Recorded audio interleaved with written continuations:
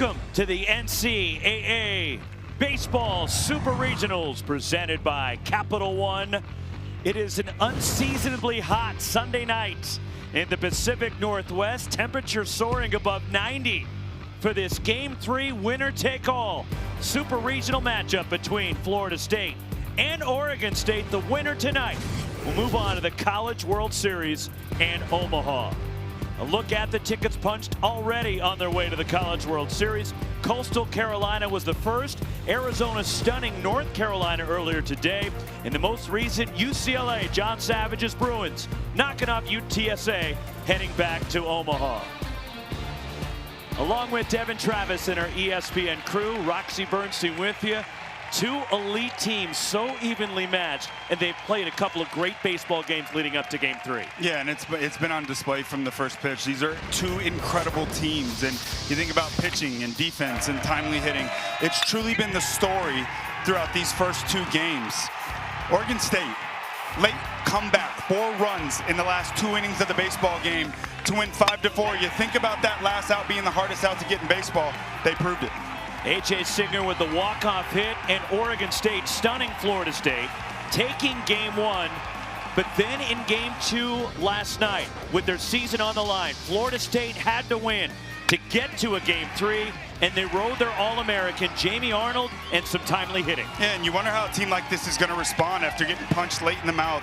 And Florida State did exactly that. Max Williams, another RBI single. Gage Harrelson coming up with the big knock, and a late insurance run on a walk by Jackson West.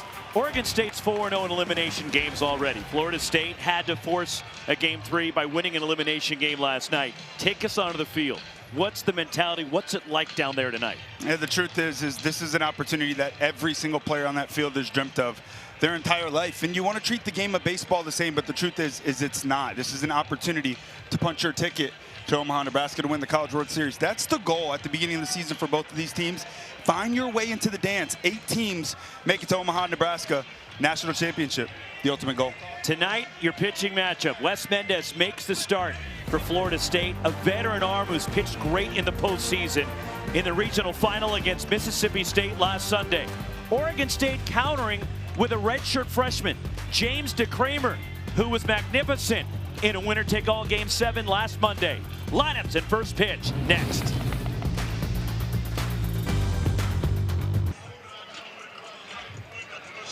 Goss Stadium at Coleman Field in Corvallis, Oregon.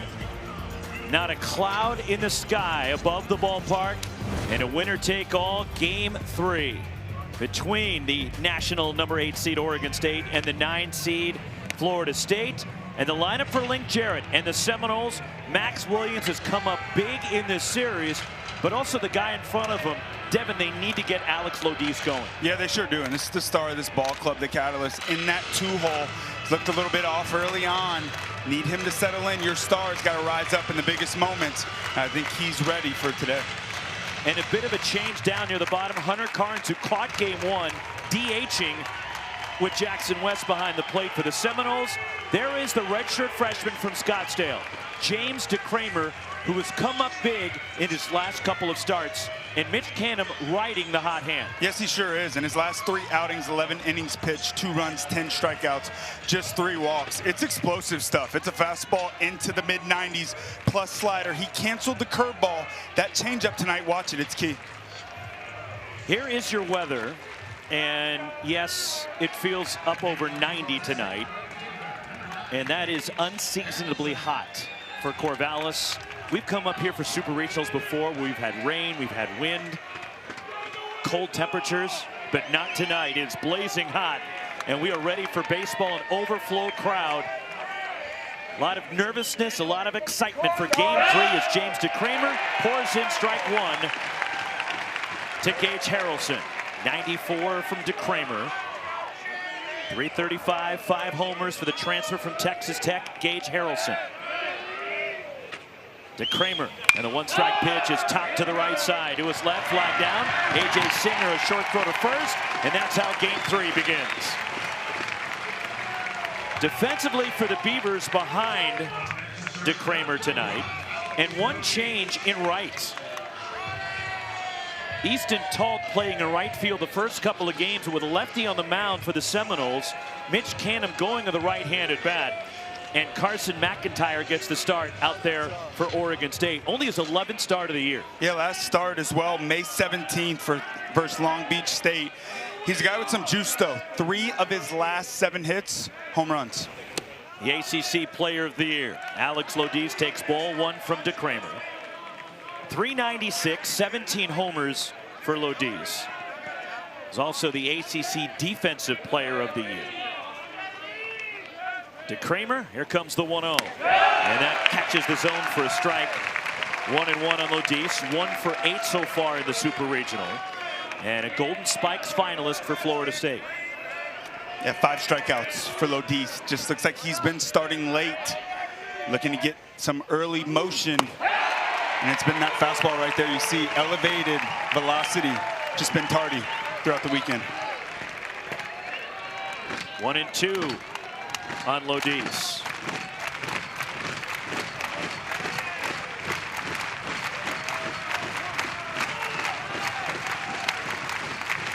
The Beavers this year, 46 wins. Lodiz lines it to left, and that's a hit. And it takes a high bounce and skips past Gavin Turley to the wall. And Lodiz will end up at second base in the field aiding Alex Lodiz. And you also wonder, looking back toward the sun, if Gavin Turley didn't see it well in left field. Yeah, and this sun is no joke. It sits back behind home plate. And just a beautiful piece of hitting right there. That's the changeup, and it's well located. That's a very tough pitch to get to, right on right changeup. And you think about the turf. Turley plays his career here. He's used to that turf. I agree with you. Must have been a little bit of a sunball. Bounces over his head. Lodiz in the scoring position early. So misplay in left, a single and an error. Lodiz at second. Max Williams the hitter. And he hits one in the air to left. Going back on it is Turley. He's at the track. He looks up. Gone. Home run the other way. What a start for Florida State. 19th for Max Williams. And a 2-spot on the board in the first.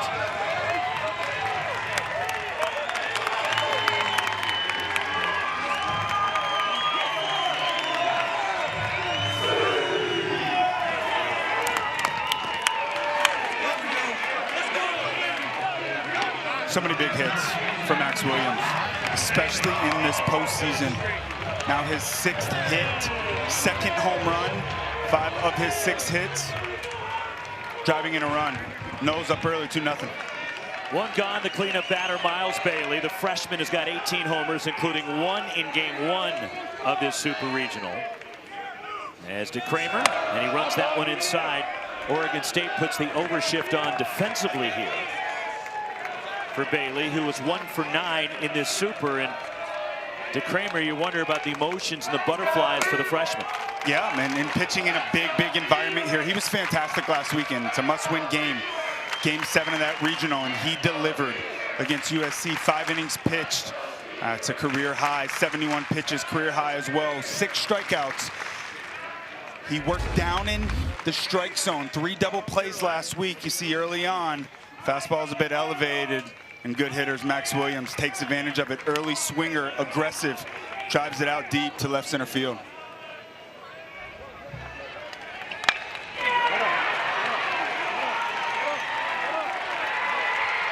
No doubter.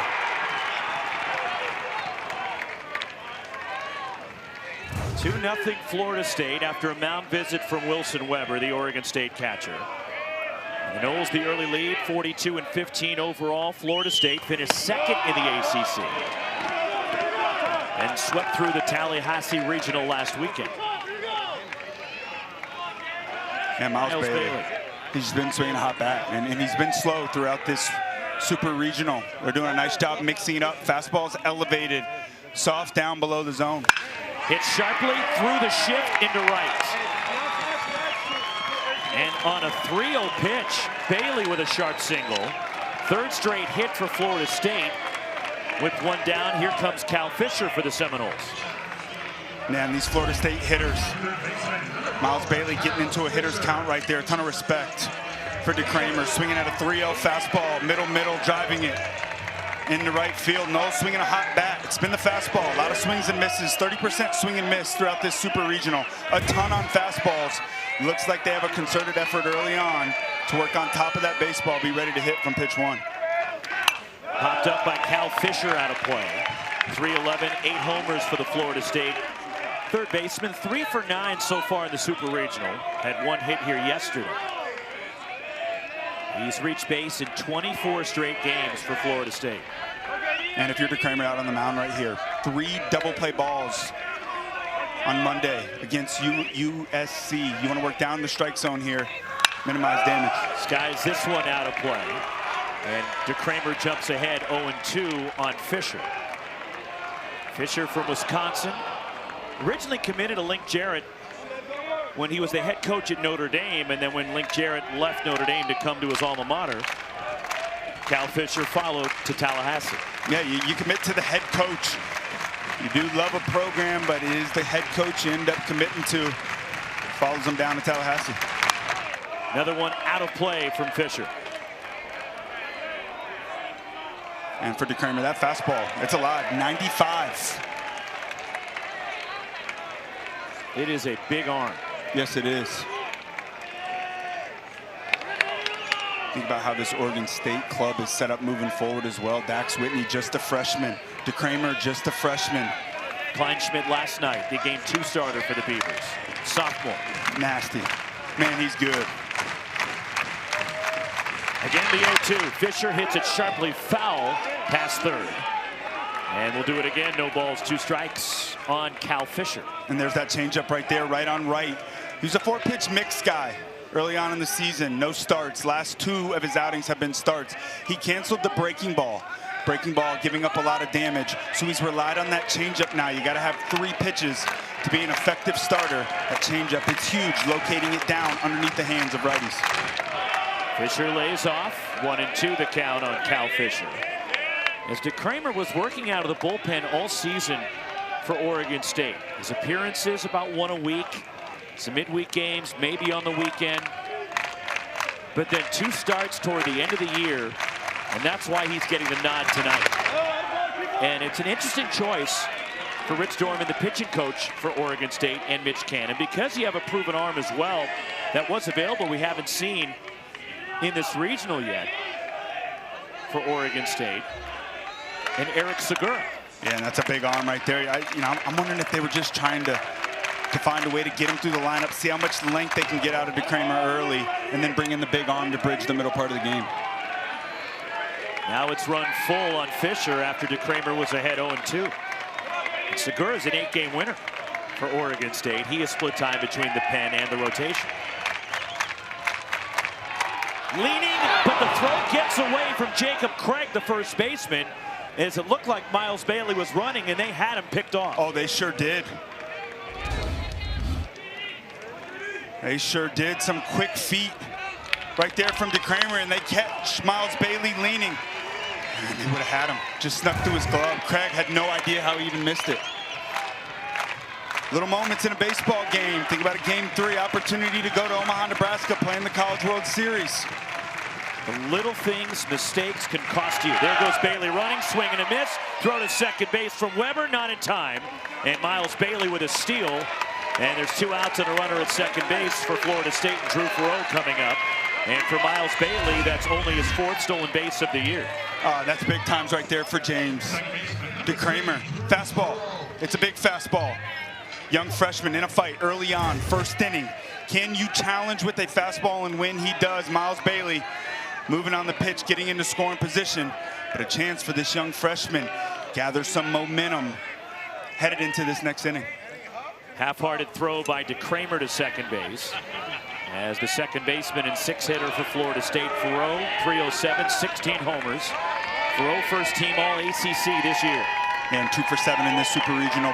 Both hits for doubles. Strike 1. You think about the baseball game last night. Jamie Arnold gave up an early run, ton of pitches in the first inning, and then really settled in. James DeCramer is a guy with big-time stuff, looking to do the same thing. DeCramer throws to second. Second-generation Seminole Faroux. His dad, Adam, played back in the mid-90s. In fact, the only other regional on the West Coast that Florida State has ever played in. His dad was on that team, and they won the regional down at Stanford back in 1996. Called strike to Faroux. It's 0-2. And a great job here for DeCramer, working ahead. 2 strikes. You know, this crowd looking to amp him up here. Just a young freshman. Create some big-time momentum for his offense with a strikeout. Kicks away from the catcher Weber as Bailey takes third. Wilson Weber couldn't find it. Man, just a changeup, has not been able to really get command of that pitch. Looks like he's working up and underneath of it. And a great job behind the plate trying to keep that ball in front of him, but Miles Bailey aggressive. Importance, get to third base, 2 outs. Now that breaking ball in the dirt comes into play if it happens to squeak away from Weber. Wild pitch charge to James DeCramer. The 1-2, that's high and away. 94 from DeCramer. 2 balls, 2 strikes.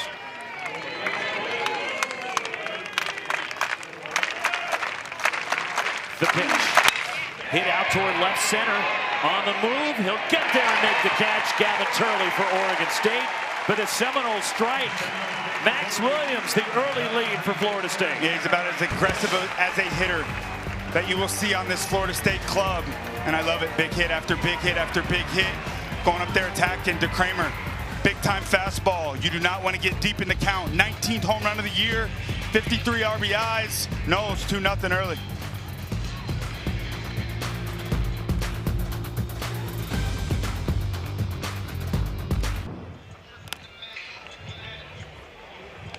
Knowles put a 2 spot on the board. Now Oregon State coming to bats.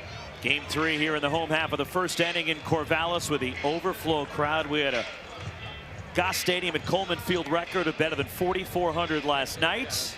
Could maybe break that again here tonight. And the lineup for Mitch Canham and Oregon State, 46 wins for the Beavers as an independent this year. We'll get into that coming up. But for Oregon State, Wilson Weber swinging a hot bat right in the middle of the lineup. And the change near the bottom. Jacob Craig moving up to the 7th spot. He was hitting 9 in the first couple of games. And Carson McIntyre makes his first appearance in this Super Regional. Yeah, and it's Wilson Weber who's been swinging the hot bat. 8-game hitting streak, 14 for 34, 12 RBIs, 8 extra base hits. And on the mound, coming off arguably his best appearance for Florida State this season. In the regional final against Mississippi State last Sunday, Wes Mendez, the sophomore from Tampa, and the transfer went 8 innings against Mississippi State. Last Sunday, 9 strikeouts in a heated, emotional game, but picked up the win to advance Florida State to the Supers. Yeah, he's a guy that lives for the big moment, and last weekend, it's a little bit of a wrinkle to that 4-pitch mix. Normally, ton of fastballs. Last week, just 32% fastballs, 45% sliders, mixed in the changeup and curveball about even, 10 and 13%. Got a ton of swing and miss. This is his best outing of the year. The transfer from Ole Miss, Mendez. And the first pitch is in there for a strike to Trent Carraway, who moves up to the top spot in the order with the lineup changes for Mitch Canham. 266 for Carraway, 11 homers, and a hot hitter, especially last weekend. Yeah, and I love this move. 338 in 18 games in that leadoff role. He started the season as the leadoff hitter. 19 runs scored, 13 RBIs in this Oregon State club. That hot start that they got off to, 15 and 3. This is the guy that was in the leadoff spot. 1-1 on Carraway. The pitch. Swing and a miss. As Carraway was the most outstanding player last week into the regional here in Corvallis. He went 9 for 17 with 5 home runs. He had 6 during the regular season and 5 so far in the postseason. And he's been pitched incredibly tough this weekend. The hottest hitter coming into this entire series. Takes the pitch that bounces, 2-2. And facing it, it's unique that Florida State has 3 left-handed starters as they went with Joey Vellini in game 1. Last night, Jamie Arnold, and now Wes Mendez, but that's been their rotation all year. Yeah, and all 3 of these lefties are different. You got Vellini, Works in, works away, changes speeds. You got Arnold, big-time fastball. Mendez, big-time fastball as well. Trent Carraway, and that drops in front of Chase Williams, and a start for Oregon State. A leadoff single for Trent Carraway. And a great start for the Beavs. Love that move. Getting Carraway in that leadoff spot. 2-2 count, up and in. Short swing, man. It's pretty. This guy's going to be a special player. Getting his Beavs rolling early on. Trying to put some pressure back on these Noles. Here is Iva Arquette, leading hitter for Oregon State. 352, 18 homers, 65 batted in for the All-American, who takes ball one. Arquette so far 3 for 9, has scored a couple of runs this weekend, riding a 9-game hitting streak. The transfer from Washington. 2 years with the Huskies, and then moves down the Pacific Coast to Corvallis. He's just steady, man. And he's a special player, one of the best players in the entire country. Incredibly athletic, especially for a big shortstop at 6'5". And just to show you how good of an athlete Iva Arquette is, he was the state of Hawaii Gatorade basketball player of the year. How about that? And the projected number 8 overall pick. And it's ball 3 to Arquette. Last year, first team all Pac-12 with Washington. Drafted out of high school by the Diamondbacks in the 18th round. Trent Carraway at first. Wes Mendez a move that way, and easily back is Carraway. And Arquette, we talked about Lodis, the shortstop for Florida State, a Golden Spikes finalist. Well, Arquette is a Brooks Wallace Award finalist, which recognizes excellence on both sides of the ball. And he's about as good as it gets. And a strike to Arquette, in that honor, or that award, is given out for the late Texas Tech shortstop, Brooks Wallace, who died at the age of 27 from leukemia. And a great honor, whoever wins the Brooks Wallace Award, and Arquette is a finalist. Checked his swing, on appeal, no. And it's ball 4, and the Beavers have 2 on. Our umpiring crew tonight, Darren Heima behind the plate, works out of the Big 12 and SEC, calling the balls and strikes. Our first base umpire in appeal out of the SEC. Javero January said no swing. Dave Susi, our umpire, at second. Brian Marine at third. And the pitching coach, a slow, deliberate walk to the mound for Micah Posey. Oh, yeah. Micah taking his time, getting on out there. This crowd getting into this ball game. And what a start for the Beavers.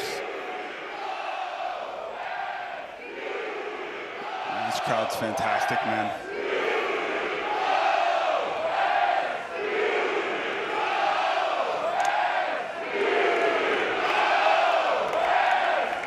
This place is rocking right now. Yes, it is. The oldest ballpark in college baseball. How about that? That's crazy. I mean, my whole life I thought it was Fenway or Wrigley. Nope. Oldest park actually in all of baseball. Right now, here. they've clearly made improvements, but this has been the home for Oregon State baseball. Unbelievable, man. It's an incredible environment. And every seat, as you can see around the ballpark, right on top of the field. An intimate setting and a huge crowd. Gavin Turley, the all-time home run leader in Beavers history, steps in.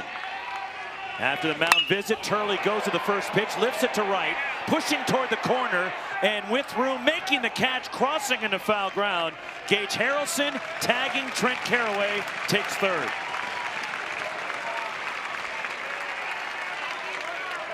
A long fly out to the right field corner on the first pitch from Gavin Turley. Man, oh man, and he did not miss this ball by much. The career home run and RBI leader here at Oregon State, and a beautiful piece of hitting right there. Most importantly, guy on second base, no outs. I must advance the runner. You want to hit back behind him, he does. Oregon State opportunity to strike back. Runners at the corners, the cleanup batter, Wilson Weber. 335, 12 homers. Weber's been swinging a really hot bat. 4 for 8 in the Super. He's driven in 2 runs. A couple of doubles for Weber in this Super Regional. And he takes ball 1 from Wes Mendez. Yeah, very little chase all weekend. Nice simple move, spraying the ball all over the field. He's covered the fastball, covered the breaking ball. Yesterday, changeup, drove it to right field. He's on fire, a leader on this Beaver squad. 9-game hitting streak for Weber. And he gets hit by a pitch, and they are loaded. Wilson Weber made absolutely no attempt to move. He was holding his ground. Yeah, he knows how important this is right here. Base runners, base runners, base runners. Just a yanked fastball right there. 10th hit by pitch of the season for Wes Mendez. Mendez and the Beavs got him loaded. They are loaded for the second baseman, A.J. Singer. He had the walk-off hit to win game 1 in the bottom of the 10th for the Beavers here on Friday. 2 for 8 in the Super. The pitch, and that's a strike to Singer. J.C. transfer, played 2 years at Iowa Western Community College. He's from Arizona, where his high school coach, a former big league pitcher, Eddie Bonine, who pitched with the Tigers for a couple of years. 1-1. And you see the breaking ball. It's up in the zone. Even that first pitch, you know, A.J. Singer, he's hunting up in the zone. We asked him after that walk-off hit, hey, what was your approach to that bat? Guy at third, less than 2 outs. He said, I'm hunting elevation. That's 2 breaking balls up. Not a good sign for Mendez. Ground ball toward the middle. Scooped up Lodis on a flip to Farrow on the first, not in time. Beavers get a run as Carraway comes in on the fielder's choice, and it's 2-1 Florida State. And a great answer back here early in this game for the Beavers. You got to find a way to scratch a run across here. Mendez does a nice job getting underneath the hands. And Lodis, a great angle to that baseball. Everything done perfect there. Just too much speed from Singer. 2-1 ball game. RBI for Singer. And now it's up to Tice Peterson, the DH for the Beavers. Runners at the corners, 2 outs. 276 hitter Peterson shoots one into right to tie the game. Iva Arquette comes in, stopping at second. A.J. Singer and the Beavers respond with a pair and still hitting here in the home first.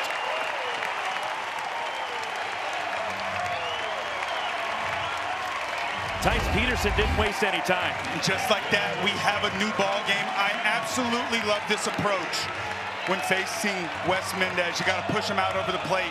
Tice Peterson had a career-high 4 hits in the regional last weekend. Big reason is because of that right there, hitting behind runners, using the whole field. Beavers, this crowd, right back in this thing early. And the 2-out hit ties the game. 2 on, 2 out. Jacob Craig, a hot hitter for Oregon State. And the first baseman takes a strike.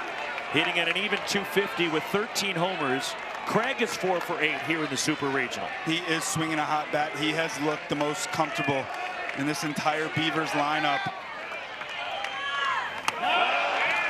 Craig had the game-tying 2-run single in the bottom of the 9th on Friday, and he was down to his last strike. 2 strikes, 2 outs, and Craig delivered to tie it for Oregon State. Biggest hit of the year for the Beavers. Strike at the knees, and Craig disagrees. West trying to drill that in, and he gets the call there.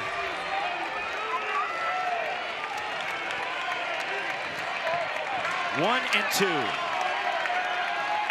Singer at second, Peterson at first base. The pitch. Hit sharply through the left side and a hit. A.J. Singer rounding third. He will score. Hustling to third and diving in. Peterson gets there. And a clutch 2-out RBI single, and Jacob Craig gives Oregon State the lead. Fireworks in the first inning. Man, oh man, right out of the gate. How about it? Craig, he just looks so comfortable. I absolutely love the adjustment to the no stride. Big, strong guy. You don't need to do a ton, just get the barrel of the baseball. And that's about 110 miles per hour off the bat. 2-out hitting. It's been a big story early on in this series. The Noles have had the better of it in the first 2 games. And boy, oh boy, the Beavers said, you better watch out for us. They're rolling. We had 2 games. A total of 4 runs scored in game 2. We have 5 in the first inning of game 3. Baseball, baby. Cannon Reader. And that floats high for Mendez. Cannon Reeder, 297, 7 home runs, the 8-hitter, the Oregon State center fielder. And a mound visit for Jackson West, and Mendez right now, Devin, he's all over the place. Yes, he is, and he just has not had command really of any of his pitches so far today. And the big thing coming into this outing was going to be the first pitch strike percentage. The entire season, 55% prior to last week. Last week, the best outing of the year, 66% first pitch strikes, 14 swings and misses. He was sharp, and today it's been pretty erratic early on. That's already 2 mound visits by the catcher Jackson West, combined with the pitching coach Mike Capozzi here in the first inning. Doesn't appear any activity yet in the Florida State bullpen. 3 for Oregon State. Runners at the corners for Reeder with 2 down. And a response from Oregon State after the 2-run homer by Max Williams in the top of the inning. And Mendez sitting at 22 pitches. Here it comes. Swing and a drive. Way back there in left field. Cannon Reeder, gone!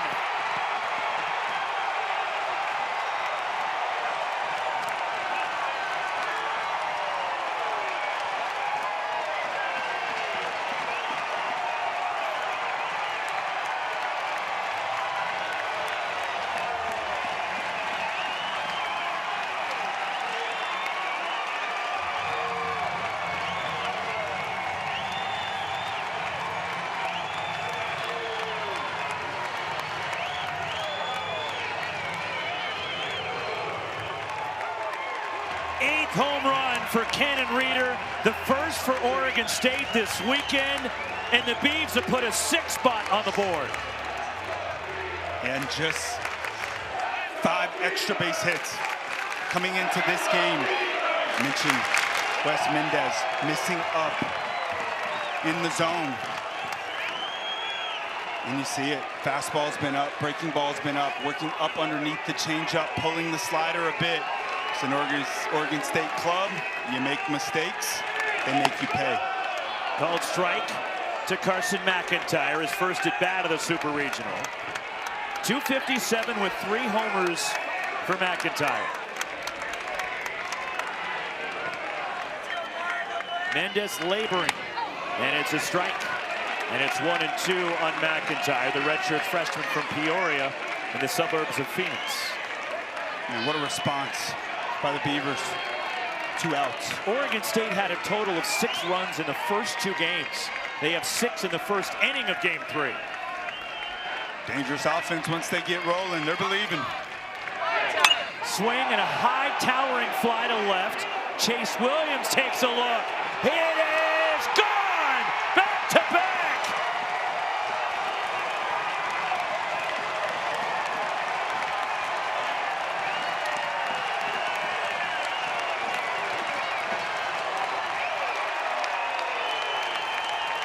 Touchdown Oregon State here in the first inning.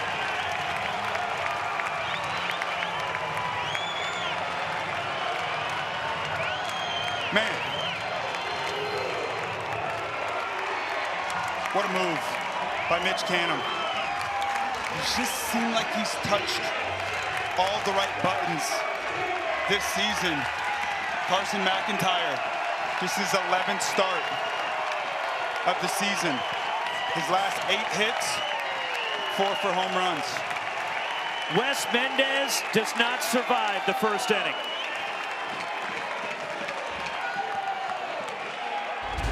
Man, oh man. Back-to-back home runs. Here in the first inning, first a 3-run shot by Cannon Reeder. Breaking ball up in the zone. Mistake, make you pay. And how about Carson McIntyre in the 9-hole? Just his 11th start of the season, once again, up in the zone. Mistake. And they just make you pay, man. This Beaver offense, that's now 100 home runs on the season for the Beavers. And the response from Oregon State after the 2-run homer by Max Williams at the top of the inning. The Beavers chase Wes Mendez. Still just 2 outs We're in the bottom of the first. The Beavers have 7 and looking for more as the Noles go to the bullpen.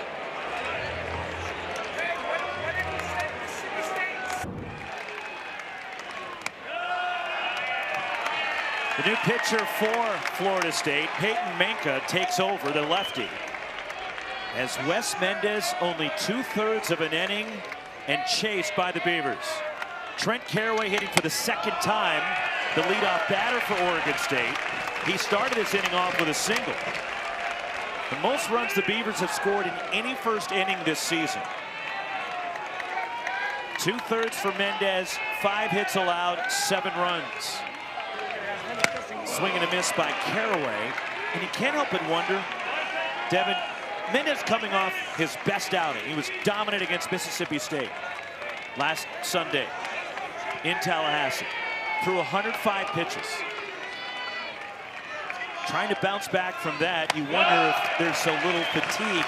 And plus, even Jamie Arnold mentioned yesterday, he was dealing with the jet lag coming west. Yeah, he sure did say that. Jamie Arnold was just able to find a way to battle through those first couple innings. Had 50 pitches in the first 2 innings and really settled down. But Wes Mendez just wasn't quite able to find a way to get out of that first inning. And you can just tell the stuff wasn't sharp last week. Everything was painted down in the zone. His misses were down. Today, everything was up. So the freshman Manka. There are his numbers on the year. Full count pitch, and Carraway draws ball 4, and he's on for the 2nd time in his first inning. And now Iva Arquette, who's already walked, will come up. The Oregon State offense, 6 runs total in the first couple of games. They have 7 and 2 homers here in the first. They got it going. 6 out of those 7 runs with 2 outs, just extending the inning. You see once again there by Carraway. Extending the inning, passing the baton, taking advantage of mistakes. The crowd punched early on, 2-0 ball game. Will you respond? You better believe it. 7-2 like that. 1-0 on Arquette, who takes ball 2. Manka, last outing, April 22nd. Fastball 89-93, slider, curveball, changeup. Florida State just looking for a way to get out of this inning with no more blood drawn. Outside to Arquette. First outing in over a month for the freshman lefty. Manka has started 4 games for Florida State this year. All midweek games. Arquette swings in a towering fly. Chase Williams in left, backing up, right at the edge of the track, onto the track, and makes the catch. And the side is finally retired, but Oregon State scores 7. 1 inning in the books. Beavs up 7-2.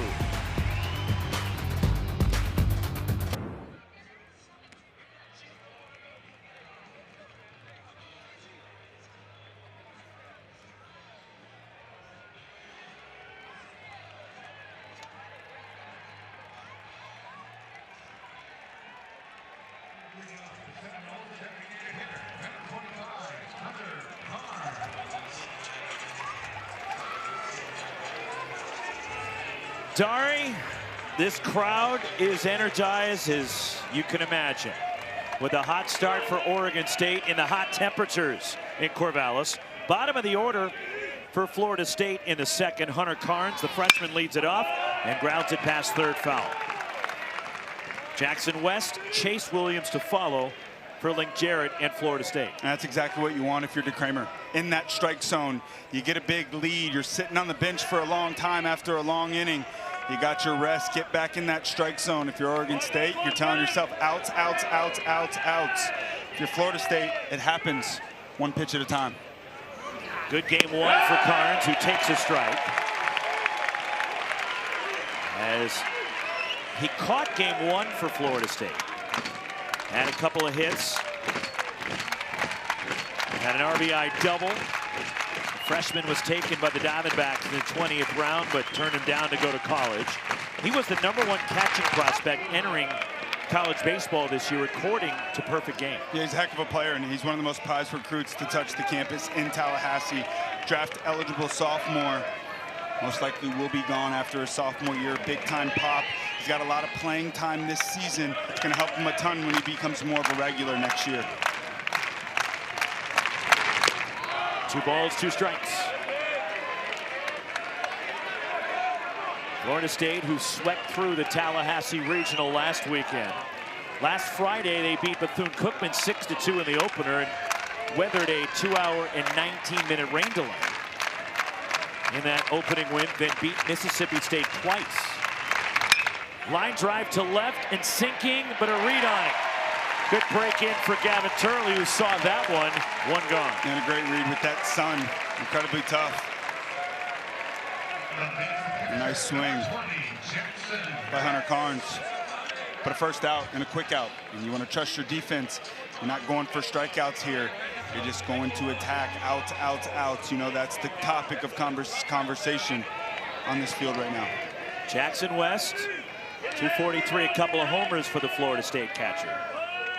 And DeCramer, backdoor breaking ball for a strike. When you think about the importance for DeCramer after the slow inning, and he gives up 2 runs, but he fights and he gets out of that inning. And then the offense gives him a big boost. What a wonderful way to settle this young freshman in a ballgame. High chopper near second base. Ivar Arquette fields, throws, gets him at first. 2 outs, and the majority of the damage for Oregon State in the first inning came with 2 outs. And the teams combined in the first inning. 9 runs on 10 hits. And 5-4 in 10 innings in game 1. Oregon State with a comeback win, 3-1 Florida State last night.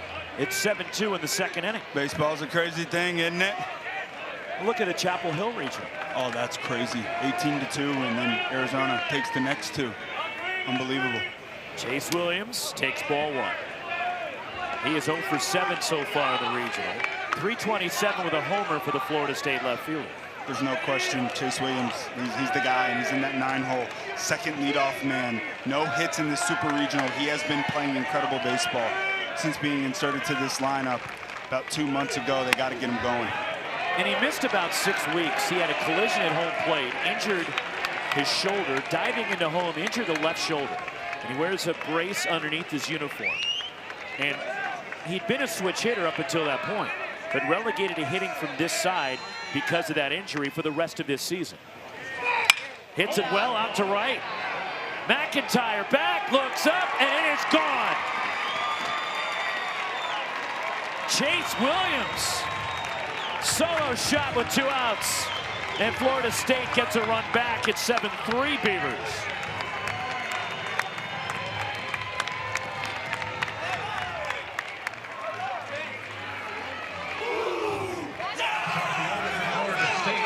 That's a big one there for the Noles.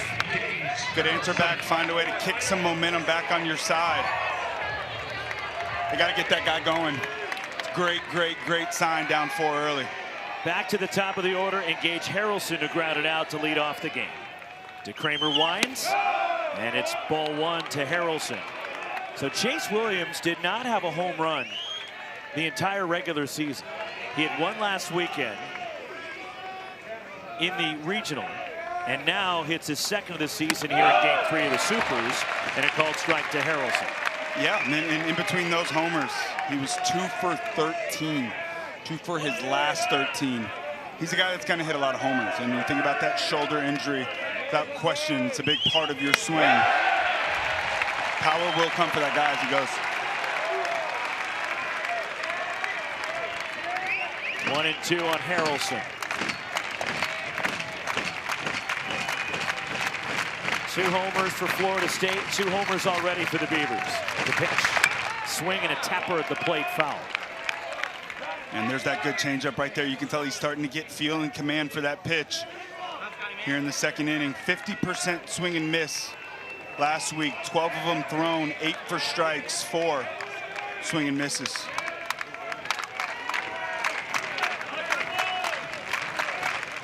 The 1-2, swing and a miss, struck him out in the breaking ball. Second for James DeCramer. The Chase Williams trying to pull some momentum back for Florida State. Yeah, and a big one right there for Chase Williams. Just his second home run of the year. Both of them coming in the postseason.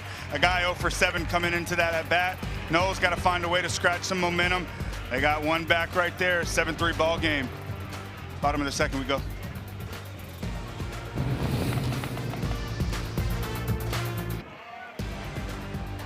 The NCAA Baseball Super Regionals are presented by Capital One. What's in your wallets?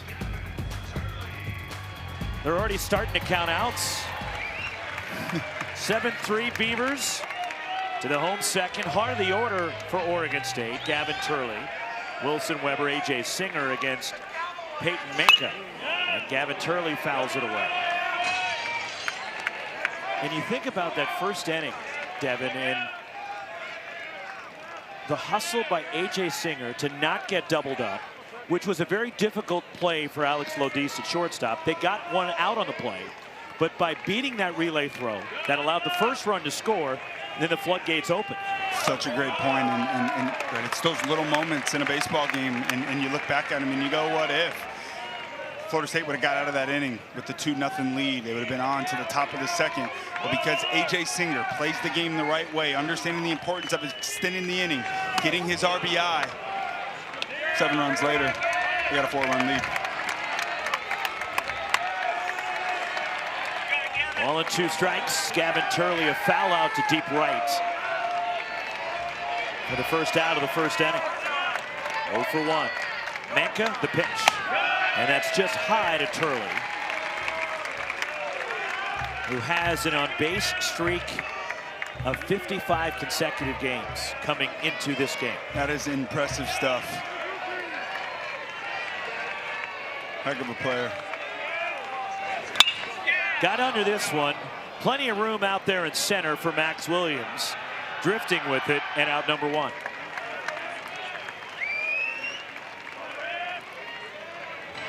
So Oregon State has been in this position before in terms of their backs against the wall. And they had to do it last weekend, coming back through the loser's bracket after they lost the opening game of the Corvallis Regional to St. Mary's, the West Coast Conference tournament champions, last Friday night. They won last Saturday against TCU, then had to win twice on Sunday to force a regional final game 7 on Monday. Weak tapper toward third, tough play. And that one stays fair, an infield dribbling hit for Wilson Weber. And on this surface, that ball's not going to roll foul. It's just going to keep in that line. Yes, it did. And you know when you're hot, right? Now 5 for 10. Excuse me, 5 for 9 in this super regional. Wilson Weber continuing to swing a hot bat. You think about offense and momentum and hitting being contagious. You see right there.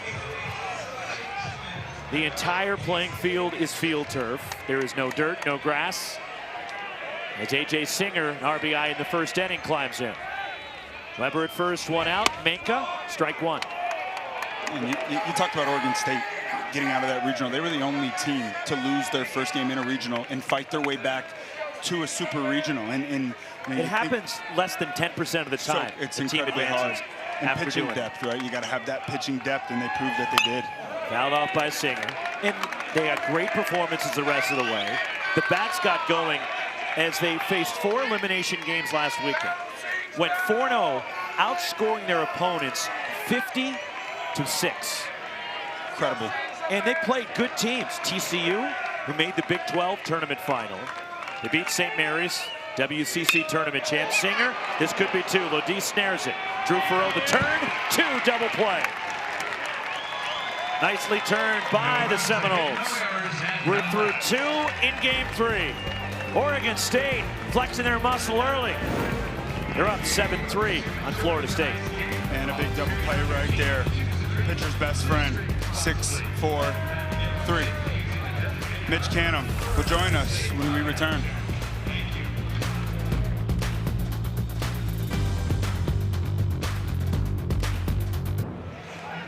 7-3 in game 3. Oregon State leading Florida State. Winner goes to the College World Series with Devin Travis and our ESPN crew. Roxy Bernstein with you. Mitch Canham, the head coach of Oregon State, with us.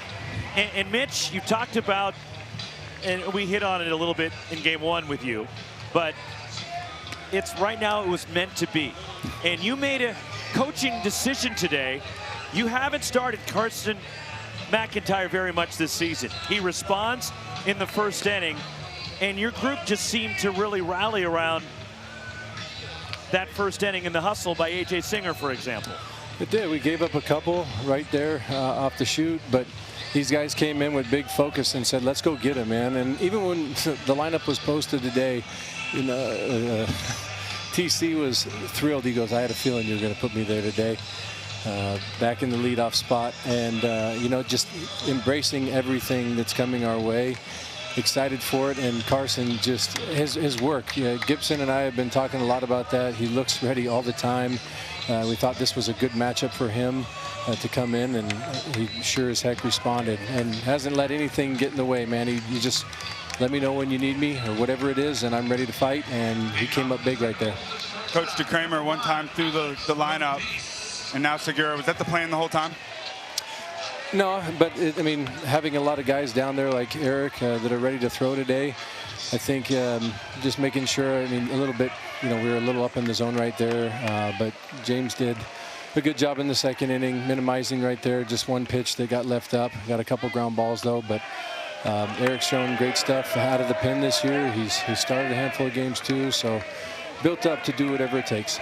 Everything you've been through this season in terms of trying to get to this point, and you scheduled the way you did, went independent.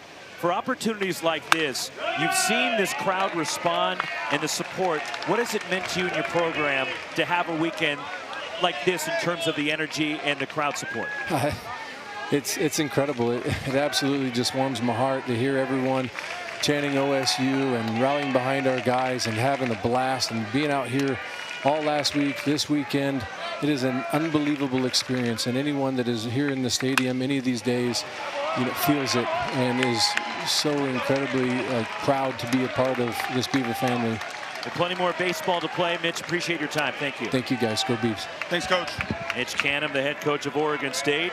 A soft liner for a single, and Alex Lodiz 2 for 2. And a leadoff base runner for Florida State. Here is Max Williams, who homered in the first inning. As the new pitcher for Oregon State is Eric Segura. An 8-game winner, the right-hander, runner at first, and now Williams climbs in. 5 starts, big-time stuff. It's his 12th appearance out of the pen. Fastball will sit in the mid-90s. Sinking action when down, a little bit of run.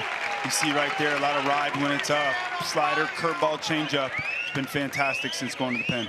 He started game 1, but was roughed up by St. Mary's last Friday night of the regional. And then came back in relief. Roller, this could be 2. Arquette flips. Singer, 2, double play.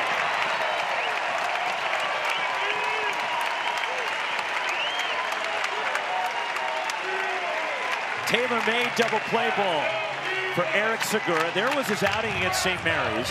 Lifted after just 1 out against the Gales, but then came back with 3 scoreless innings of relief in the regional final, Game 7 last Monday. 5 strikeouts against the USC Trojans. Yeah, and a big reason was that double play that you just saw right there. He had 2 double plays in that outing, 5 in the game for Oregon State. And that sinking action you see out of the bullpen. Think about uptick in velocity. I know Coach Mitch Canham told us he is loving him out of the pen. But that sinking action when down, it gets a ton of ground balls. And that's what you want out of a guy that you can rely on. Hey, he has a rough start, no problem. Bounce him back later in the weekend. He responds, 3 scoreless. Skied by Miles Bailey, pushing out a play. As the freshman Bailey singled, still a base in the first inning. 0-2. 2 innings from James DeCramer making the start, and now Eric Segura taking over on the mound for Oregon State. Sophomore from Soledad in California. The pitch, way outside.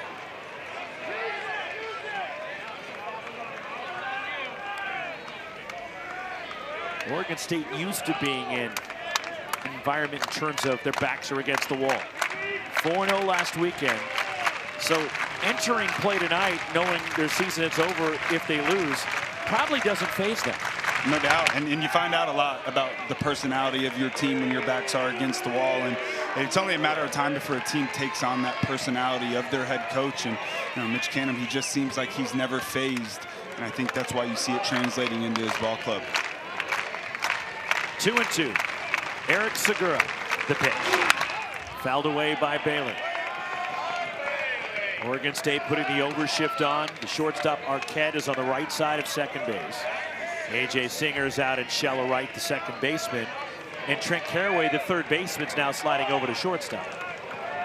Yeah, you can't do this in the big leagues anymore. You got to have two on each side, but Miles Bailey, he's a guy. They do their homework. This is where he hits the ball on the ground. And he drives one out toward right center field and deep toward the alleyway. And it's off the wall. Played by Cannon Reeder, and Bailey hustling into second base. And Miles Bailey with a double with 2 down in the top of the third. Just missed a home run. Yeah, it's a sweet swing right there. 2-strike hitting, a big reason he's having a lot more success as of late. Shortens up a little bit, super quiet swing. Driving it off the wall in right center field, and the whole way you're thinking, I got to get to second base without question. Into scoring position, and he does. Play the game the right way, get rewarded. Knowles, another opportunity to strike back here with 2 outs. Runner at second for Cal Fisher. Struck out in the first against James DeCramer.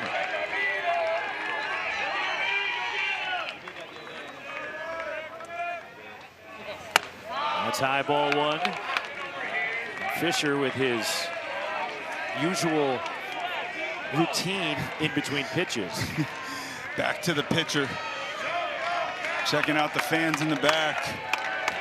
I'm still trying to get to the bottom of this. Yeah, I've never seen it. It's just a part of his swag.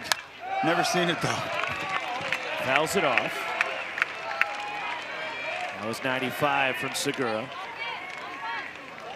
And Fisher's in no hurry when he gets up there. Yeah. It's his time. There he is again, pausing. Kind of looks into the dugout. And it's always the side of the field that Florida State is on. Yeah. Ground ball comebacker, knocked down by Segura. Underhands. The Noles are gone in the third. 2 hits, a runner left. Heading to the bottom of the third. 7-3 Beavers.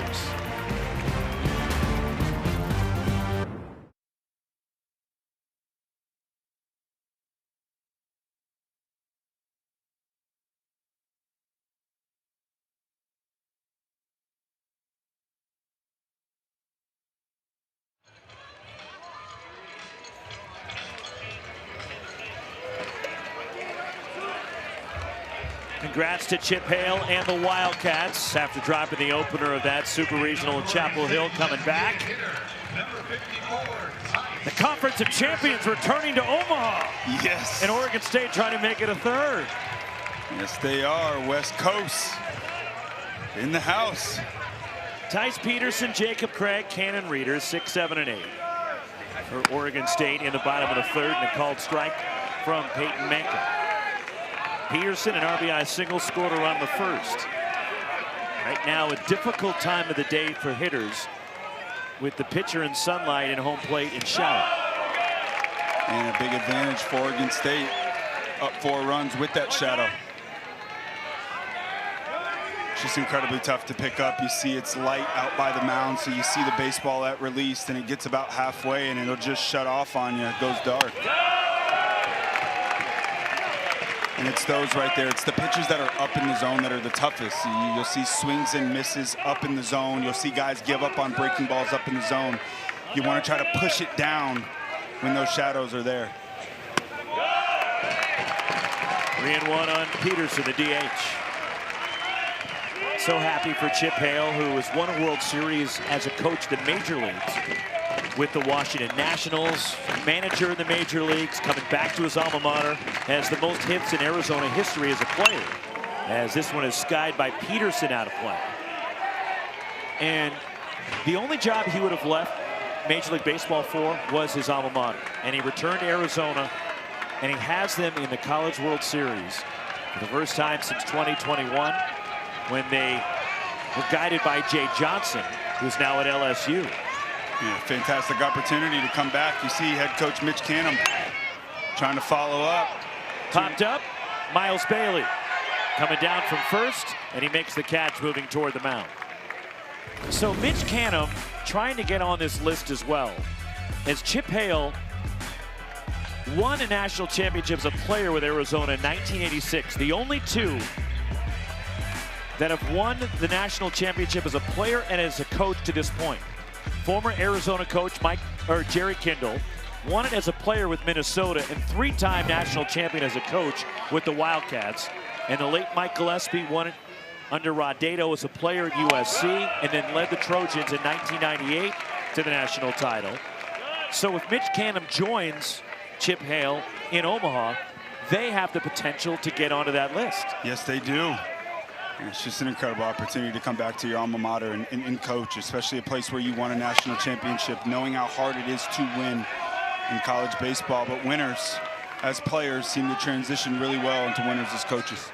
Jacob Craig 1-1 as Mitch Canham won a national championship playing for the legendary Pat Casey.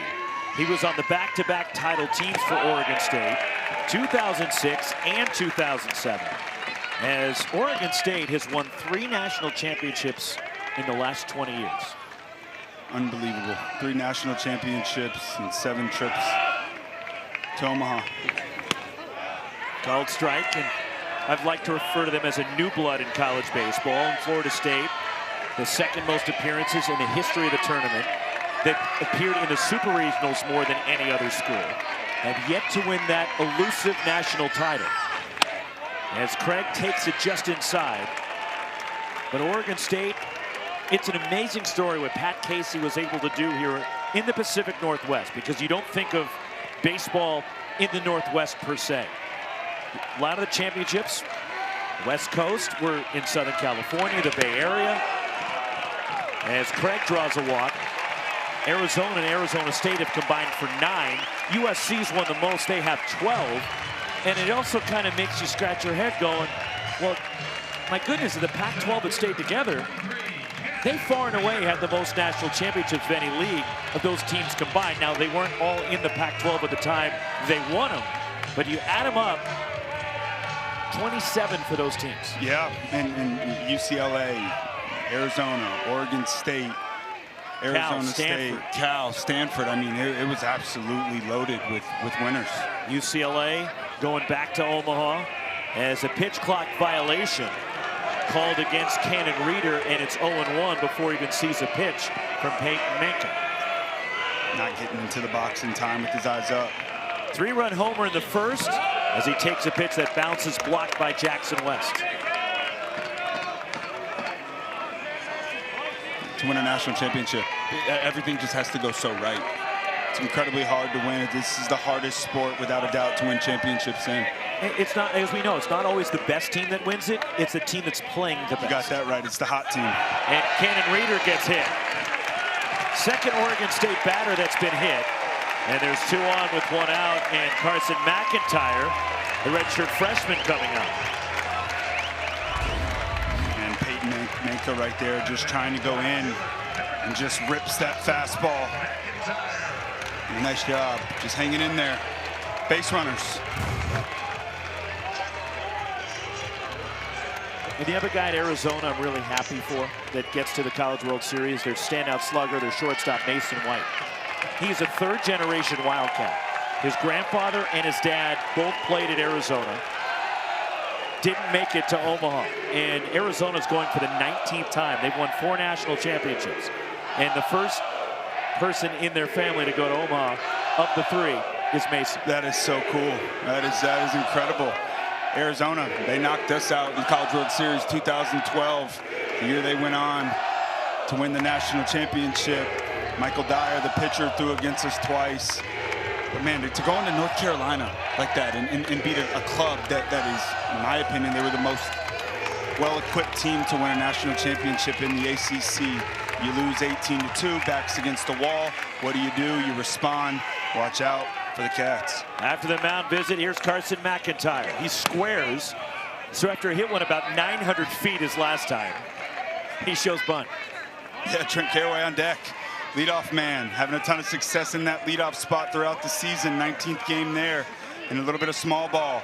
Understanding the importance, 2 runners in scoring position, more pressure pitches. Pops this one back out of play. But if you watch Oregon State, it shouldn't shock you that they may put one down. But here was McIntyre in the first. Yeah, they're not afraid to put them down. But I tell you what, you make a mistake up in the zone, make you pay. McIntyre, just his 11th start of the season. Coach Mitch Canham pressing the right buttons.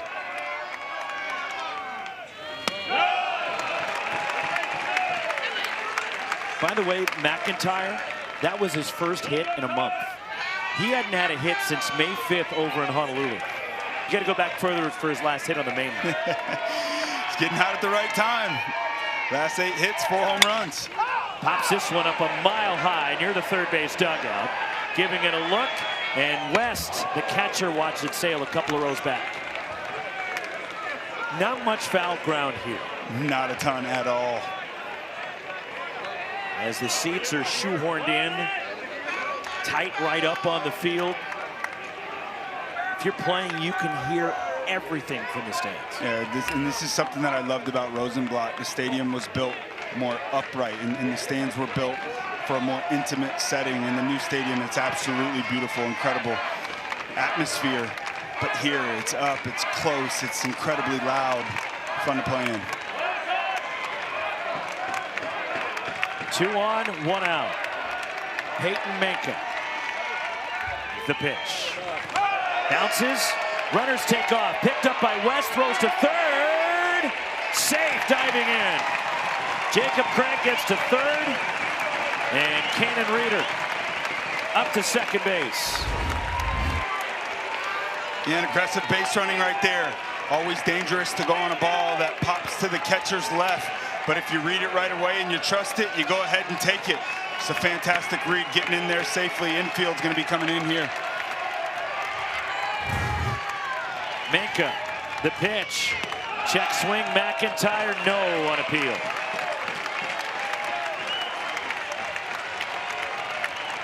Full count, top of the order for the Beavers on deck.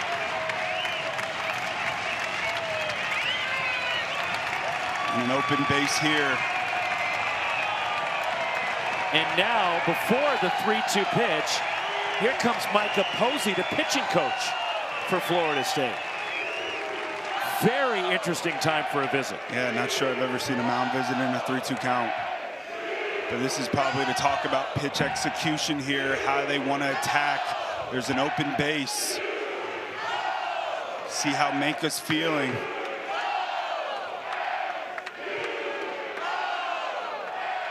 Have they stopped? Not one time. Not one time. Absolutely electric in Corvallis. Not even the hot temperatures will slow them down. And now a pitching change with a full count and 1 out. Runners at second and third. Florida State in mid at bat making a pitching change. Yeah, and that's a big tell of saying how important this part of the game is. Florida State, they fought their way back in this game a bit.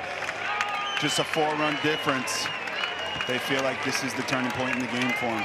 7-3 Beavs and threatening for more. Last of the third.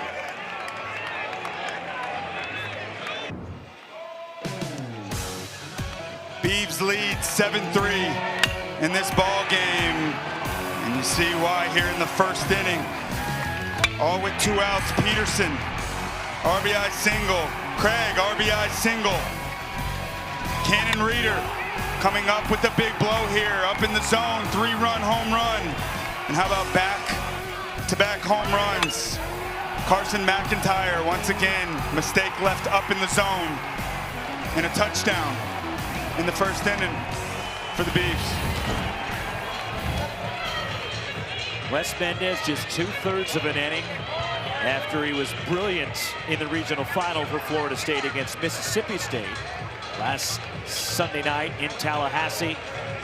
And Florida State had the 2-0 lead before that 7-run bottom of the first. And 6 of the 7 runs coming with 2 outs for Oregon State, trying to get back to Omaha for the first time since they won it all in 2018. And an interesting pitching change as Joe Charles, the senior, comes in. The count is full. on Carson McIntyre, 1 out. Jacob Craig, the runner, at third.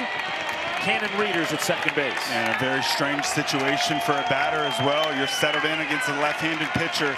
Here comes Joe Charles, 2.1 innings 2 nights ago. And a 3-2 count. Best pitch is this breaking ball you'll most likely see here. Grounded, foul, touched by Fisher wide of the bag. He comes in, attacks with the fastball. Fastball sit in the mid-90s. Big curveball, slider. 81, 82, and a changeup that'll use the left-handed hitters. Big moment in the ball game right now.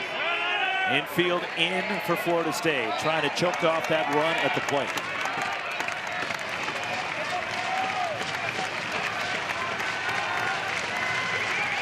Joe Charles again, ready. Here comes, and it's ball 4, just missed. Went with that slider, and it was just off the outside with 1 out there loaded, and Trent Carraway back to the top of the order for Oregon State.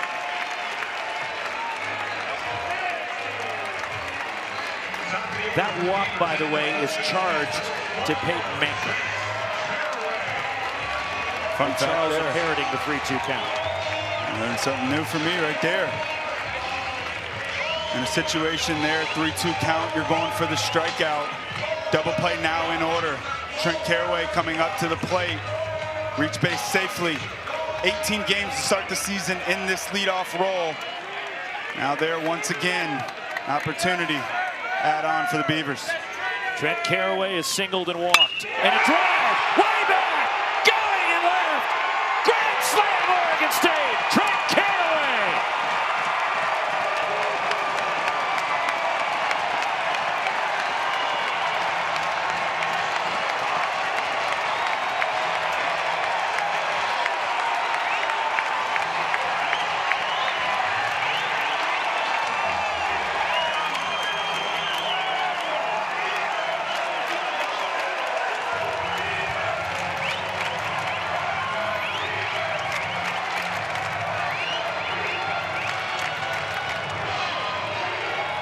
Oregon State pouring it on. It's 11-3 here in the bottom of the third.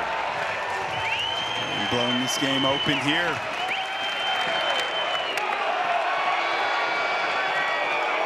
And Joe Charles comes up and in, and plate umpire Darren Heima is bringing the umpires in toward the mound. And you wonder if there's going to be a warning given. I'd hope not in this situation right here. That's a breaking ball. And that's the last thing Joe Charles would do. Oh yeah, you're not ever trying to make a statement with the breaking ball. So I hope the umpires stay away from any warnings here. That's a breaking ball that just got away from them. There is too much on the line for personal score to settle. Without question, yeah, that's just a breaking ball that got away from him.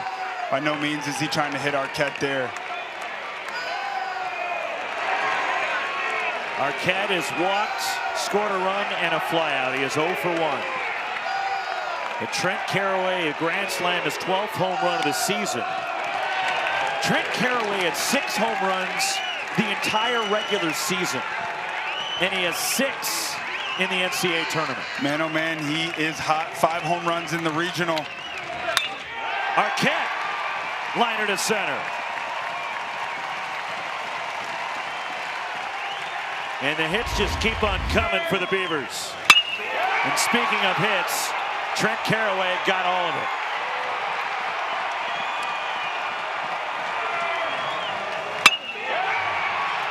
And he's fired up. Back in that leadoff role, looking for a little spark. The Beavs 15-3 when he is in that leadoff role, looking for something up in the zone. Pitch 1, aggressive hitter. Grand slam, 8-run ball game. It is all Beavs early. Well, unfortunately for Florida State, Mike Capozzi's getting his steps in tonight. Yes, he is. Early in this game. Yes, he is. So Joe Charles, who pitched on Friday, Charles went 2 1/3 innings, was trying to nail it down. He gave up the tying runs in the 9th before it went to the 10th. And now gets roughed up.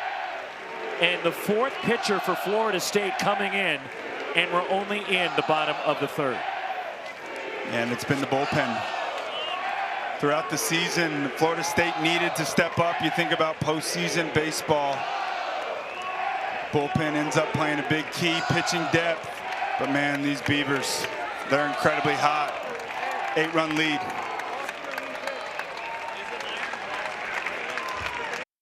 Welcome everyone to Omaha, Nebraska, home of the College World Series. 'Cause here I come, I wear it all on my sleeve, so everything you see shows you where I'm from. Bolts back and makes the catch! Somehow hung on! Back-to-back jacks! More, can you believe it? Can you believe it? Come on, sing it with me. Omaha. Best time of the year. Somewhere in middle America. 5 tickets punched, 3 more to go, including the winner of our game here tonight. Duke and Murray State forced to a game 3 tomorrow. Coastal Carolina sweeping Auburn. Arizona coming back to beat North Carolina. Louisville beating their conference brethren Miami in game 3 earlier today. Arkansas, speaking of conference brethren, sweeping Tennessee. And then UCLA sweeping UTSA as John Savage and the Bruins are back to the College World Series. Gavin Turley takes ball 1. The new pitcher for Florida State is Chris Kinnear, the 4th pitcher for the Seminoles. Yeah, the 4th one of the day for the Noles. And another 3-pitch mix, fastball, breaking ball, changeup.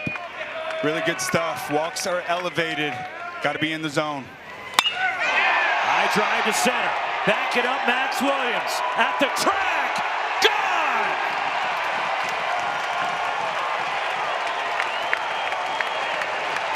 Fourth home run for the Beavers. And they're putting it on Florida State. 13-3.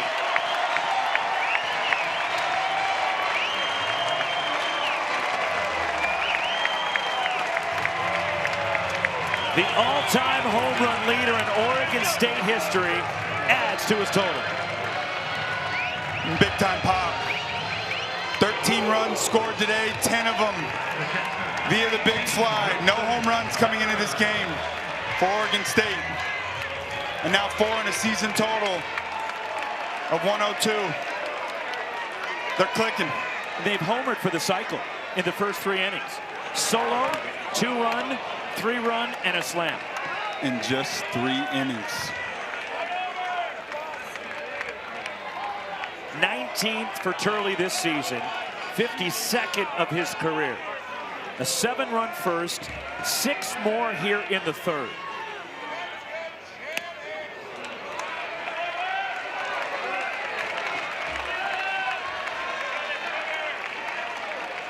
Wilson Weber has singled and been hit by a pitch. Chris Kinnear and gets the swinging strike, and Weber is down, 2 gone. Back to the Turley blast. Once again, elevation in the zone with 2 strikes.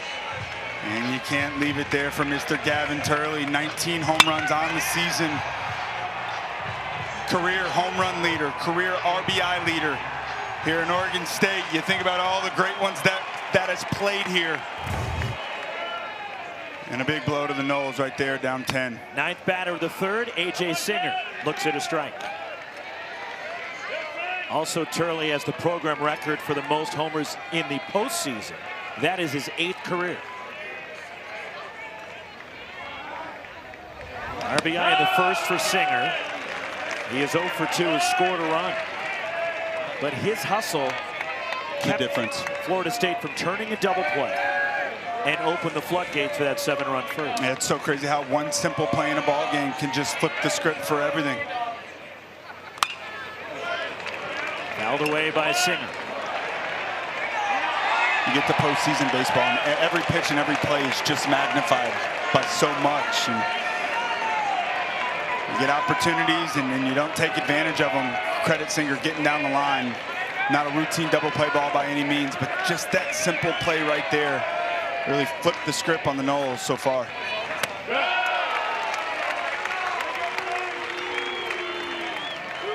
Two and two on A.J. Singer. First appearance of the Super Regional for Chris Kinnear.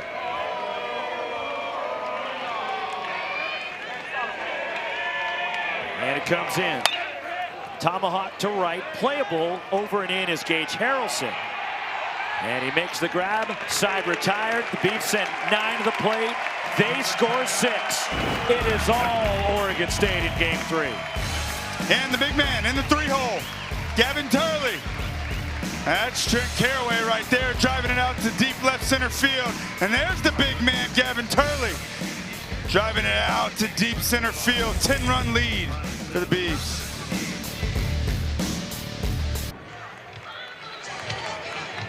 In the first 3 innings of game 3, Oregon State is homered for the cycle. Solo, 2-run, 3-run, and a grand slam, and a 13-3 lead here over Florida State. Yeah, not something that I've ever seen. Definitely never seen it in the first 3 innings. Those are video game numbers.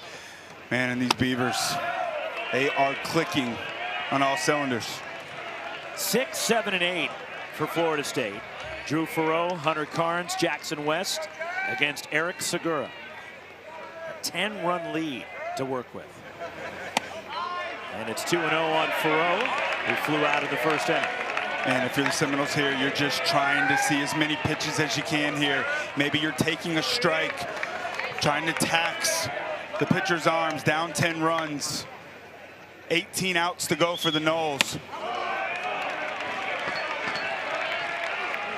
Mentally, if you're Florida State, do you just not play the scoreboard in terms of just you're playing it pitch to pitch and trying to find some way to scratch out some offense here? Definitely, definitely. It's literally one pitch at a time. You got to throw the scoreboard out. So win or go home game, probably taking a strike. And every at bat, trying to find your way into hitters' counts, but it happens one at bat at a time. 3-1 on Faroux. Eric Segura, the pitch. And it's full on Faroux. And that's what you can't have right there. 3-1 count, down 10 runs. Leaving the strike zone, opportunity for base runners.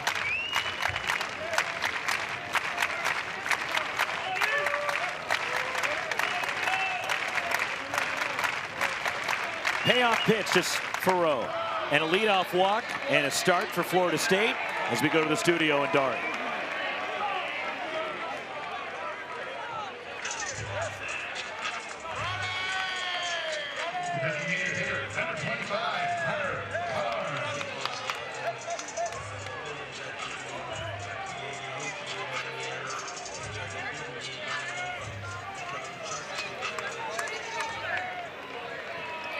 All right, guys, we'll see if Florida State can mount a comeback here.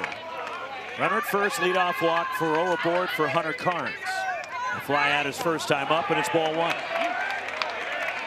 And you think about Segura sitting on the bench for a long time. It's a long inning for the Beavers on offense. How will he come out and respond here against the Noles? You don't mind sitting for a long time because your team is scoring.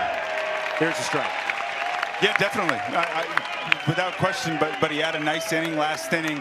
And a pitcher, he wants to get back out on that mound as quick as he can, especially when he's feeling good. But no question, if it's going to be a long inning, it's a good thing when your offense is scoring. 1-1. Tied him up 1-2.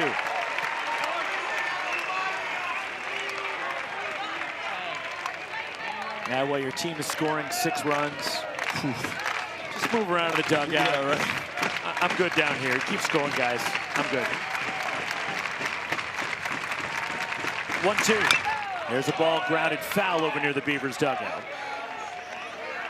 Florida State in their 19th Super Regional. And they had won the Super that they had played in each of the last 3 years, sweeping UConn last year at home.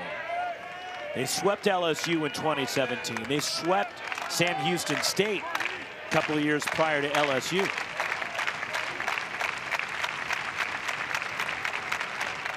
Got him. The bottom fell out of that one. No, just nasty, right on right, changeup right there. And on a right-handed hitter in Hunter Carnes, who's swinging the bat well, but the ultimate equalizer, that changeup. He's got 3 quality pitches, showing off a big one there. First out of the inning. Furrow at first. Here's Jackson West to ground out in the second. He is 0 for 1.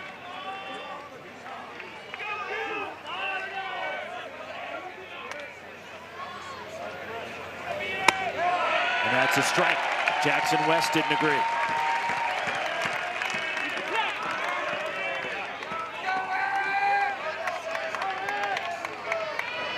Jackson probably saying, can I get that for my pitcher too? Right, right. We need that pitch too. That's a strike. Move to first. Diving back is Furrow. I'd be surprised if Furrow went anywhere. You're down 10 runs. Yeah, not going anywhere here. Station to station if you're the Noles.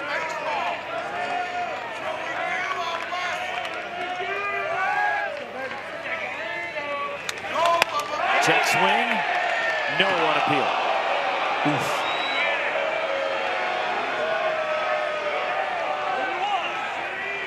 Close one there. 1-1 on West. Spent his freshman year at Alabama, transferred to Florida State. And Segura makes a move to first. His brother Gage played at Florida State about 10 years ago. Yeah, right after I left. West came up big in the postseason last year for Florida State. Had a huge game in Omaha against North Carolina. In the air to right, going over to the alleyway. Hangs up there for Carson McIntyre. Back to first for Rowe, 2 outs, but West was on the All-College World Series tournament team last year. Homered had 4 hits in that game against Carolina last June 18th. Yeah, he's a scrappy little player, and then he came up with the big walk last night. Had a big double in the regionals last week. 2 outs, Furrow at first. Chase Williams, who homered in the second, will be the batter. Chase last at bat breaking a 2 for 13 streak. And he got all of it from James DeCramer. Took a mighty cut at that one for strike 1. I love how casually Wilson Weber makes that pick throw just from his knees. And it's like he catches it and he's just, he's like almost a not even no looking look. at first. Yeah, it's like a no-look throw. And he's good back there.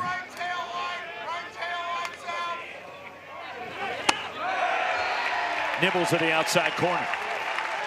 Think about this pitching staff being able to have a veteran behind home plate to carry this staff throughout the season. Incredibly important.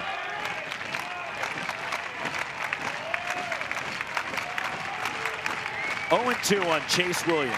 Segura. And it's ball 1. The catchers that Oregon State had last year with Tanner Smith, who transferred because he wanted to play every day with Wilson Weber here. And he goes to a super regional. Louisville upended them in game 3 earlier today, and Tanner Smith had a good season for the Canes. And Weber's been the everyday guy here. And a liner back through the middle, speared by Arquette. And an infield hit for Williams, and Florida State is 2 on. Yeah, and Arquette showing off his range there, and a hot shot off the bat of Chase Williams. Another hit, 2 for 2 today. Yeah, just tips off the glove, and Arquette stays with it, but way too much speed for Chase Williams to get it out there. Segura slowed it down. Luckily, he ducked to get out of the way. That was a hot one right there. Gage Harrelson, a ground out and a strikeout. He is 0 for 2. 2 on, 2 out. Top of the 4th. The pitch. And a strike from Segura.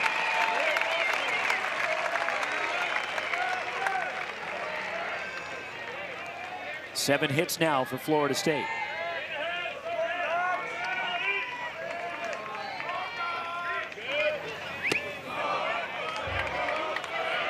And it's been the 2-out RBIs in this super regional for the Noles. And it worked for Oregon State in the first inning tonight with all those 2-out runs. But when you have 2 elite teams that are very similar when you look at their numbers, it's the clutch plays. It's the 2-out hitting. Yeah, it's the timely. little things that'll win. Most definitely. Pitching, defense, base running, and timely hitting in the postseason. That's the recipe. Base running mistakes by Florida State cost them in game one. They had opportunities to break it open. Oregon State, they let them hang around. Last night, the Beavers made mistakes, and Florida State capitalized. An error turns into a run. Walks, a misplay. Yep, opportunities for double plays. Extending the inning. Little things. And it's in there. Harrelson was getting ready to toss the bat away. He thought it was high. And he's been consistent behind the plate. Home plate umpire Darren Hyman up and away to left-handed hitters. Runners will be in motion here. 3-2 count, 2 outs. Chopped, charging. Caraway has no play in infield hit. They're loaded for the Seminoles. Bounding ball, weakly hit. To third goes Thoreau. Chase Williams to second. Gage Harrelson is on. And here comes the ACC Player of the Year, Alex Lodis. If the Seminoles are going to get back into this game, here's an opportunity. Yeah, you need your stars in the biggest moments of ball games. And the Noles down 10 here early. Extending the inning. ACC Player of the Year, ACC Defensive Player of the Year, and a Golden Spikes finalist. Big opportunity here for the Noles. Lodis 2 for 2 with a run scored. Segura, strike one.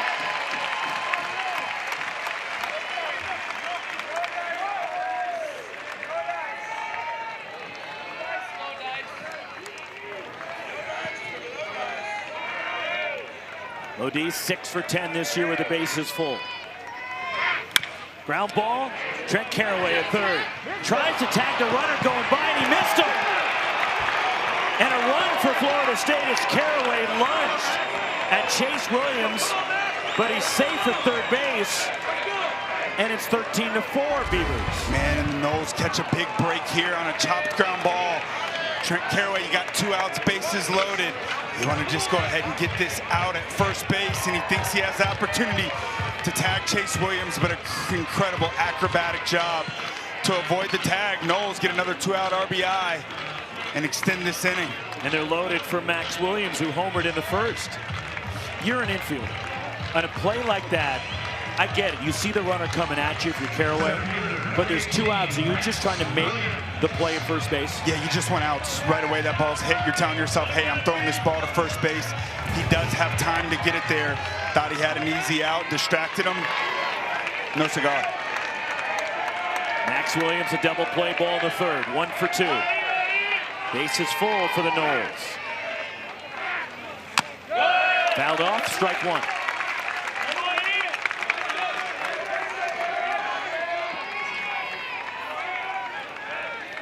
Max, ton of big hits in the postseason. 5 out of his 6 hits, delivering an RBI. 2 hits last night.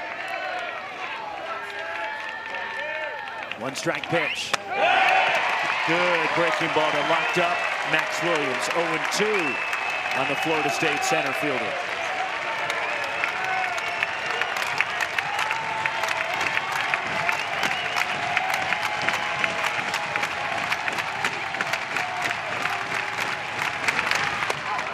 One and 2. Williams 3 for 7 this season with the bases full. A run in for the Seminoles. They're loaded with 2 down.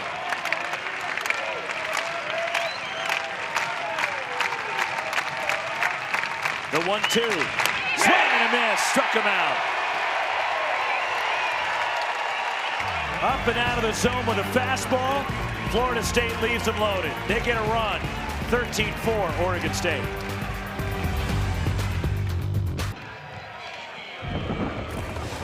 The NCAA Baseball Super Regionals presented by Capital One. Game 3 winner to Omaha. And the College World Series, a 13-4 lead for Oregon State. Leading Florida State. The Beavs trying to get back there for the first time since 2018. Florida State was there last year. 4 home runs for Oregon State tonight. They did not hit 1. in each of the first 2 games. Yeah, this offense has been on fire from the first inning. 7 runs in the first, 6 runs in the third. Ball 1 to Tice Peterson. RBI single in that 7-run first, and a 6-run third for Oregon State. Grounded foul by Peterson. And the goal for these Beavs, getting in that bullpen against Florida State. Wes Mendez, incredibly sharp last week, 8 innings. Season high, 105 pitches. Just did not have his stuff today, and the Beavs took advantage of it early. Chris Kinnear misses low and away. And you feel for Mendez because he's been so good all season for Florida State. In that weekend rotation with Arnold, Bellini, and Mendez, as good as any rotation in the country. Yes, it is, and he's had a fantastic season. Tomahawked, deep to left. Williams back! Gone! 5th home run for Oregon State. 14-4 Beavers.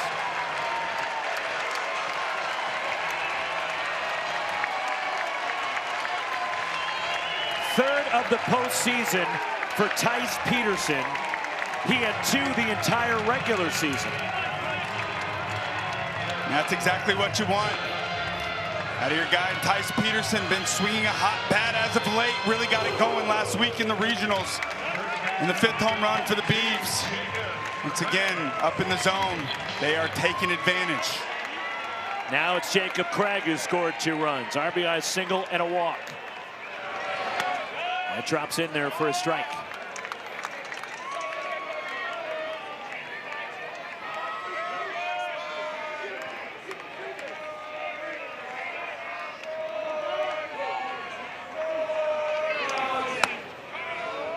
Clearly they were saving all the offense for tonight. Yes, they were. Yes, they were. Backs against the wall. These are the games. Year of the Beavs. That's what Coach Mitch Canham told them. It's supposed to be that way. It's just supposed to be that way. Sure looks like it. Tied up Jacob Craig, and he's down on strikes. 1 gone here in the 4th. And Tice Peterson, just 2 home runs in the regular season. Now 3 home runs in the postseason. Up in the zone. A lot of swing and miss there throughout this series for the Beavs, and you have to just give them so much credit for their approach today.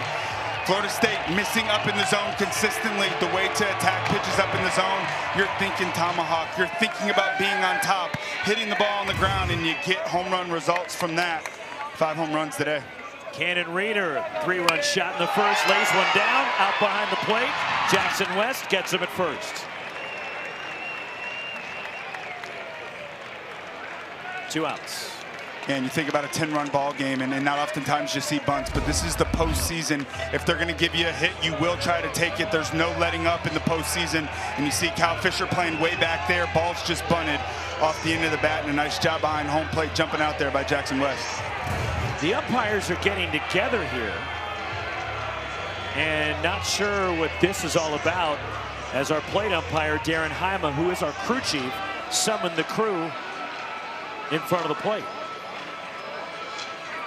I couldn't tell. It looked like Cannon Reeder on the way back. Looked like there were some words exchanged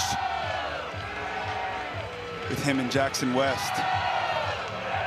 Emotions are running high on both sides. There's so much on the line. Yes, there is. And that's probably Jackson West right there saying, hey, while you're bunting up 10, this is the postseason, though, man. There's no letting up. You continue to pour it on. Florida State, they're a great offense. Some frustrations, like you said. Order restored. 2 outs. Carson McIntyre. Solo shot in the first. He walked and scored in the 3rd. Breaking ball strike from Chris Kinnear. Can't say enough about this button. Mitch Canham pushed today. Carson McIntyre into the lineup. Reached base safely twice today with the big fly and a walk. Chased one there. Also putting Caraway back in the leadoff spot. Man, what a move. Right after Florida State got 2 in the first, a single to come right back. and a slam out of the top spot in the order in the third inning for Caraway. And to make that kind of move this late in the postseason and for your team to respond like this. Strike 3 called. McIntyre is gone. So are the Beavers, but another run. We're through 4, 14-4. Oregon State.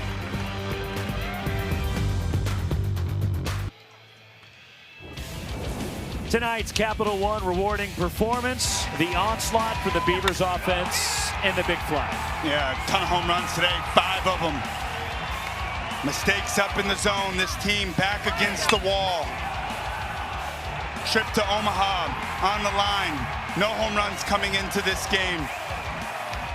2 games in the Super Regional, but I tell you what, it's all about timely hitting, and no better time to get this offense rolling on all cylinders. 14 runs in just 4 innings played today, and a 14-4 lead for the Beavs.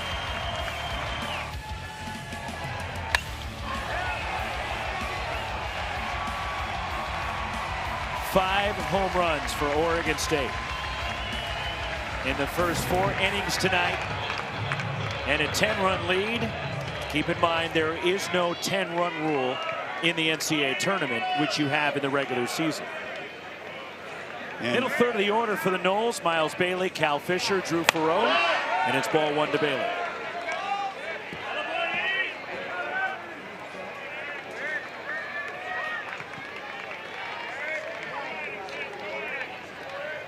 And the 5 homers tonight by Oregon State, a new program record for a postseason game. Man. And you could see what happens, man. Hitting so contagious throughout a lineup. A little bit of belief in that first inning. Haven't let up. Fouled off by Miles Bailey. 2-1 on the slugger.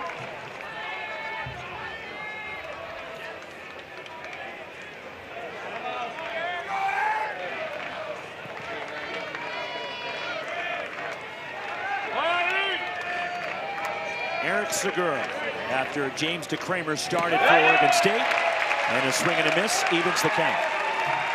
And there's that nasty breaking ball once again. 2-1 count for the Noles.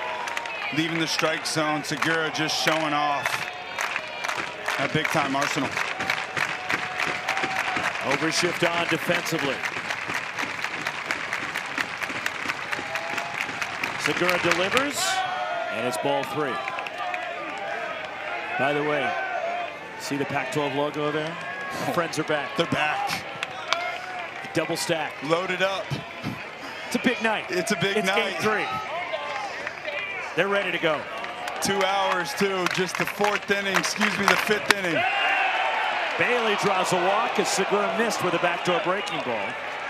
And for the 2nd consecutive inning, a leadoff walk for Florida State. 3rd straight frame the leadoff guy has reached.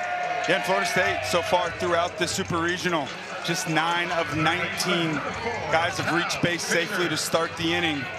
And you mentioned 3 times tonight. Cal Fisher, the hitter, 0 for 2.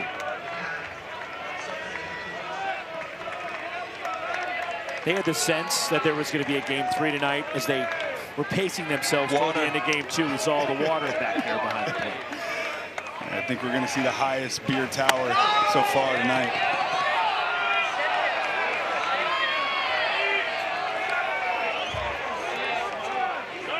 A double stack.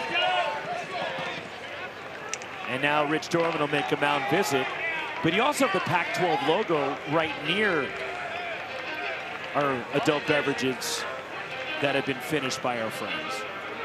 And you're going, well, Oregon State, they're not playing in the Pac-12 this year. That's correct. The Pac-12, as you're probably well aware, dispersed. 4 teams going to Big Ten, including UCLA. It's on to Omaha. 4 teams went to the Big 12, including Arizona. That's to the College World Series. Cal and Stanford joined Florida State in the ACC, leaving Washington State and Oregon State. The Beavers elected to go independent. Washington State played in the Mountain West this year. But Oregon State, this was a decision by Mitch Canham and the administration, Scott Barnes, the athletic director at Oregon State, to go this route because they felt it gave them the best chance for an opportunity like this. They were able to schedule who they wanted. Of course, the other side has to agree. But they played an aggressive schedule, a lot of road games. They were rewarded for it with the number 8 national seed playing that independent schedule. Yeah, and they played the RPI game, and it worked out for them. They played just 19 home games in the regular season this season. And I'm sure it did come down to, at the end, 8 versus 9, Florida State and Oregon State. Who's going to host? Oregon State with the better RPI, and it paid off. And Oregon State will play as an independent for one more year. Next year, and then Mitch Canham and the rejoined Pac-12, which will have a different look.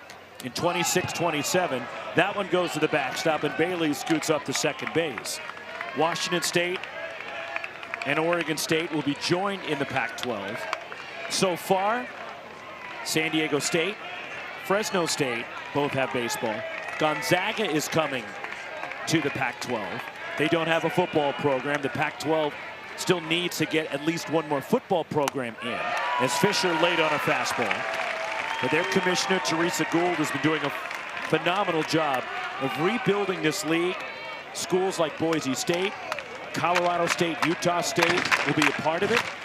And there's still another team we're waiting to see who that's going to be. Yeah, they're building that thing back up nicely. Fisher down on strikes.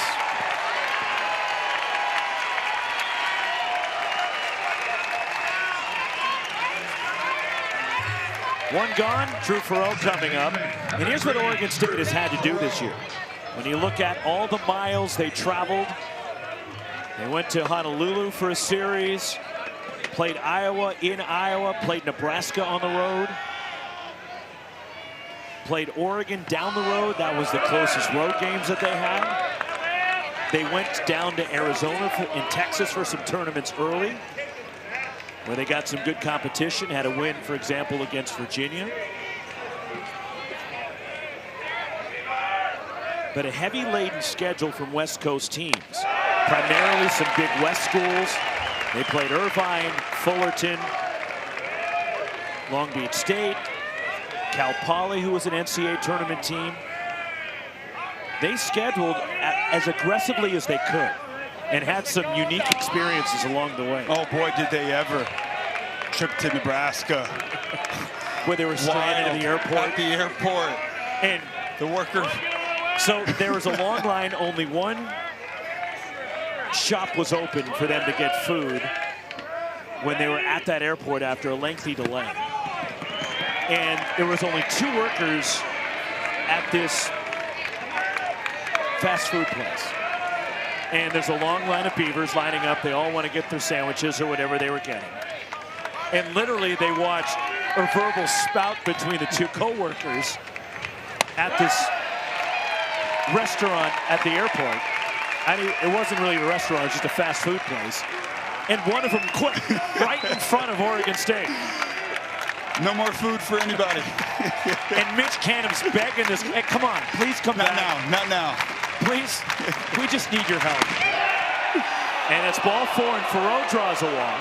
And there's now 2 on for Florida State. And the Noles stringing together some good at-bats. 2 on, 1 out, and Hunter Carnes will be the batter. And that's going to be it for Segura.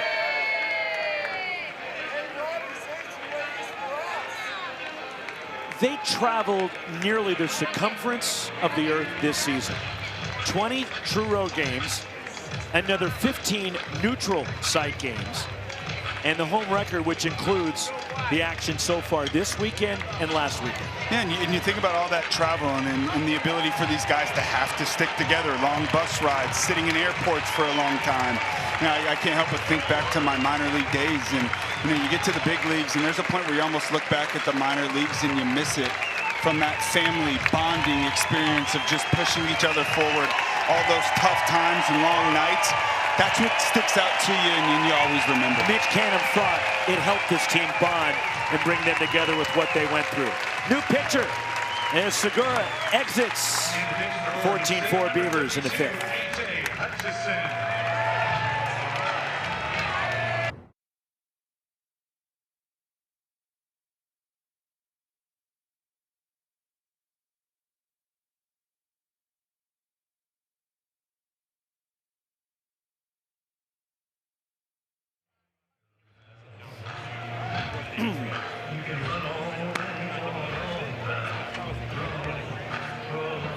Sorry, the ticket's punched. You look at Coastal Carolina, won the 2016 national title when they beat the Arizona Wildcats, a blue blood program going back to Omaha, four-time champ of the Wildcats.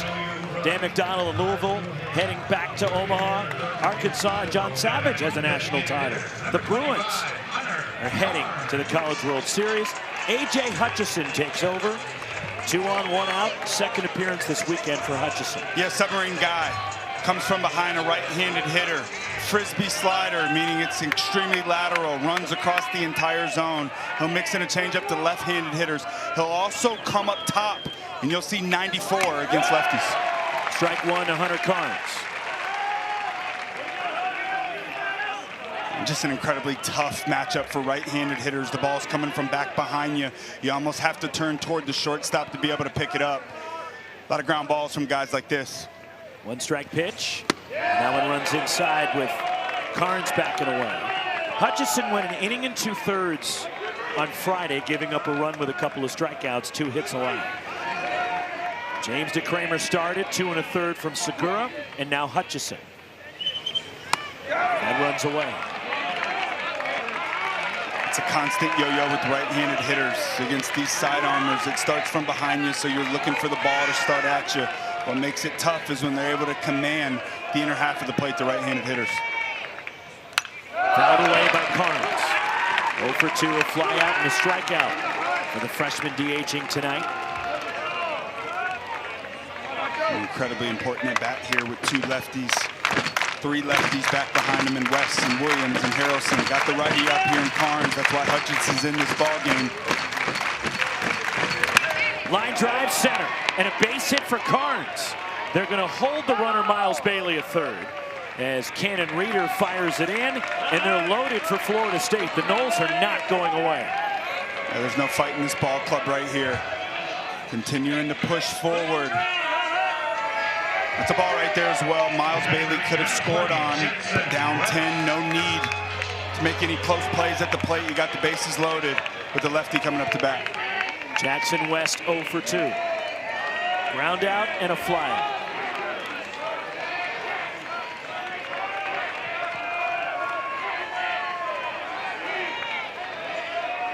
Hutchison.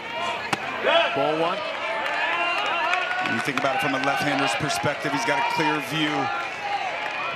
You'll see Hutchison, 93, 94, 95 from up top. He will mix that in to left-handed batters. Strike call. West is 0 for 7 this year with the bases full.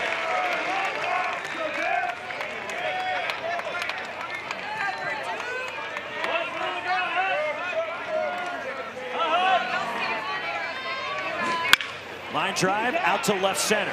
Hustling over, and the catch made by Gavin Turley, tagging Miles Bailey. Scores, staying at second is Thoreau, and a sac fly from West brings in a run. It's 14-5 Beavers. Yeah, and a nice piece of hitting right there, but you will take that all day if you're the Beavers. Trade that out for a run. Bases loaded, 1 out. Now up 9 runs.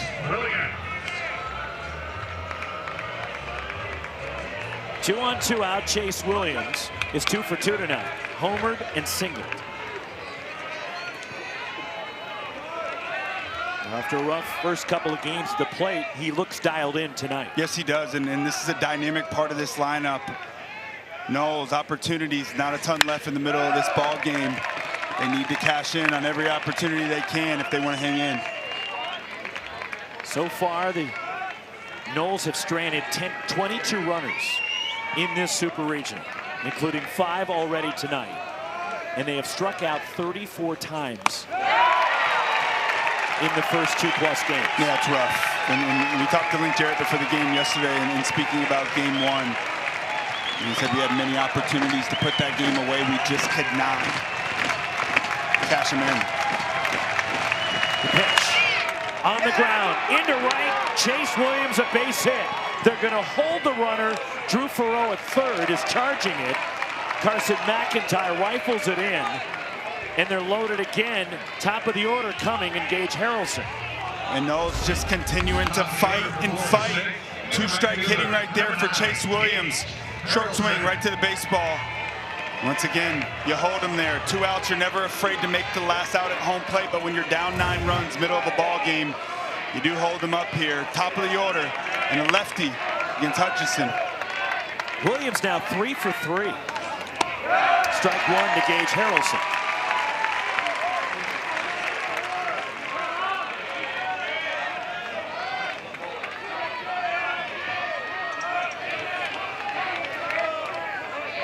One strike pitch. Swing and a miss. 0-2 on Harrelson. Back-to-back frisbee sliders there. With 2 strikes, he will come up top. Change up the look against the left-handed hitter. You see Harrelson 5 for 8 this season with the bases loaded. This one will get out of play.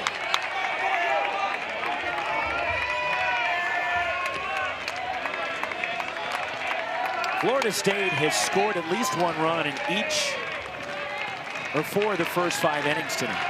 The third is the only frame they did not score a run. They had 2 hits in that inning. They've had chances to really put some runs on the board. They've got 5. Way inside. Yeah, and 5 runs, that's the most runs they've scored in this Super Regional so far. As you see him go over the top there. How about that? 93 from up top, and he lives down below 89, 90. It's a nice weapon to have out of the back end of the bullpen. The 1-2. Weekly hit, a bouncer. On a backhand top play, crack to the bag. Close out is Harrelson. The pitcher Hutchison getting over at Florida State will challenge this, it looks like. Yeah, without question, they're going to challenge this one. Any close play. Gotta believe Link Jarrett's going to ask him to take a peek at it. Florida State is challenging play at first base. The previous play is under review. You get 2 challenges. Here's another look at the close play at first. And a good read there, going to attack that short hop, and a little bit of indecision. He thinks he's going to take it himself, realize he doesn't have time, and just a little bit of a traffic jam.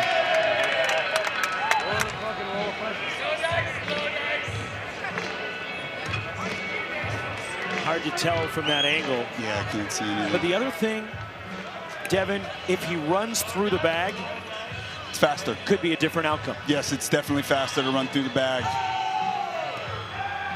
This is going to be our best look right here.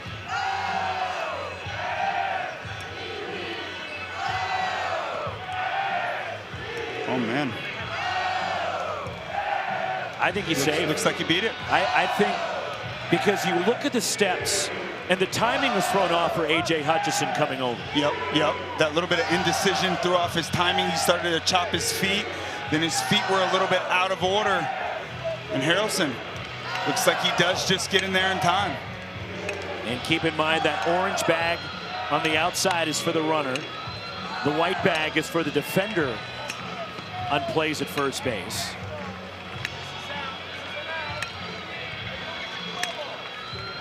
And he does hit the orange part of the bag right there. I think Harrelson got the hand on the orange bag first. We bring in our rules expert from the studio, Jeff Hendricks, longtime umpire. Jeff, what do you see on this play?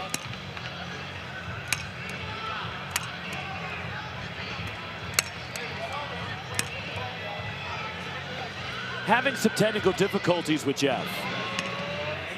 From that angle, but it's hard to tell when Hutchison hits the bag. Yeah, especially from that angle right there. And also to kind of confuse everything, he's got white spikes. Yeah, that does make it much tougher to see. From that angle right there. Looks like he's in there. I think he's in there. Yeah. But again, it has to be definitive proof. To overturn, the call on the field was out. Yeah, and this view right here, it's just incredibly hard to be able to see it. But that other view, I'm with you, Rox. I think he got in there safely. We got our gremlins worked out as we bring back in Jeff Hendricks. All right, Jeff, what do you see on this play? I'm sure the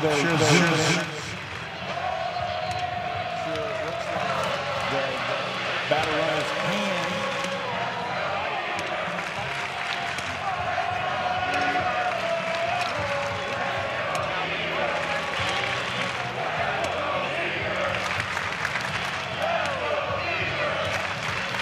We apologize for the technical issues we're having with our rules expert, longtime umpire Jeff Hendricks, who was trying to break it down for us.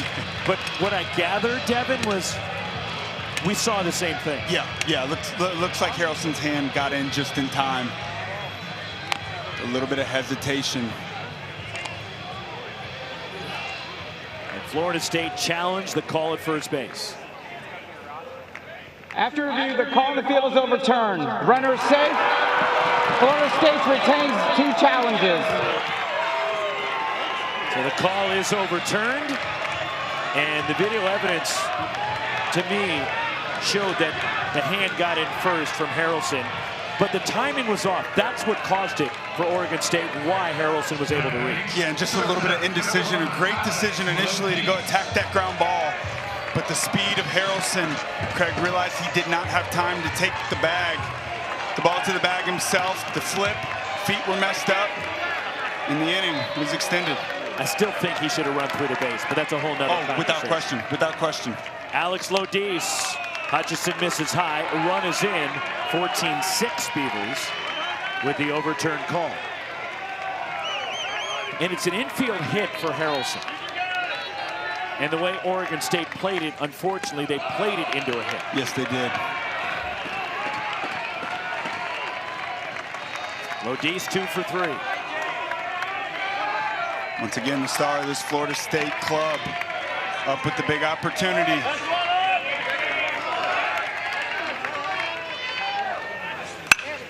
In the air to left. Gavin Turley drifting back onto the track. Backs up and makes the catch right in front of the wall. Just missed it. Alex Lodis hits one to the wall. And now all the Oregon State fans can exhale.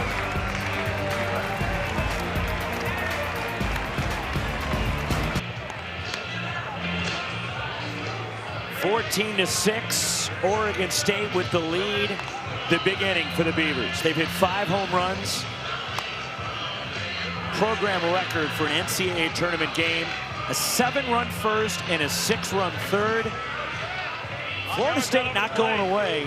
They nearly clawed right back into the game, and a ball that died at the wall off the bat of Alex Lodis, the ACC Player of the Year. Yeah, just one cheeseburger short right there for Alex.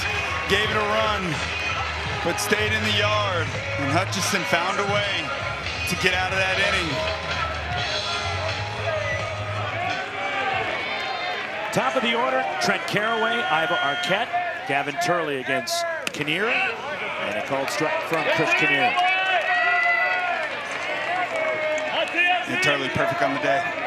2 for 2, that big grand slam and a walk.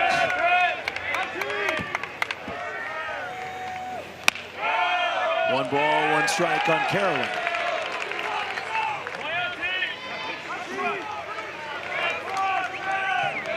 Caraway was 0 for 8 in the first couple of games here this weekend, after a huge regional last weekend. And it's a strike from Kinnear. He was the Corvallis Regional Most Outstanding Player. He has now homered in 6 of the last 8 games and 7 of the last 10. Half of his home runs in the postseason. 6 out of 12. On the ground, cut off to his left. Cal Fisher slings it on to first. 1 away.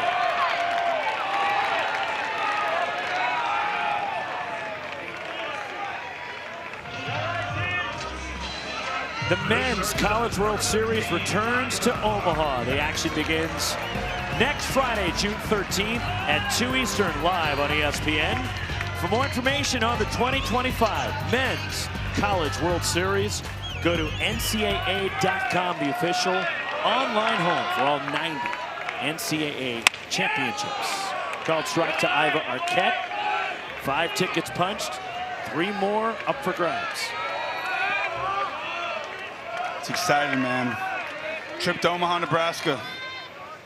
Every player's dream. Watch out for Coastal.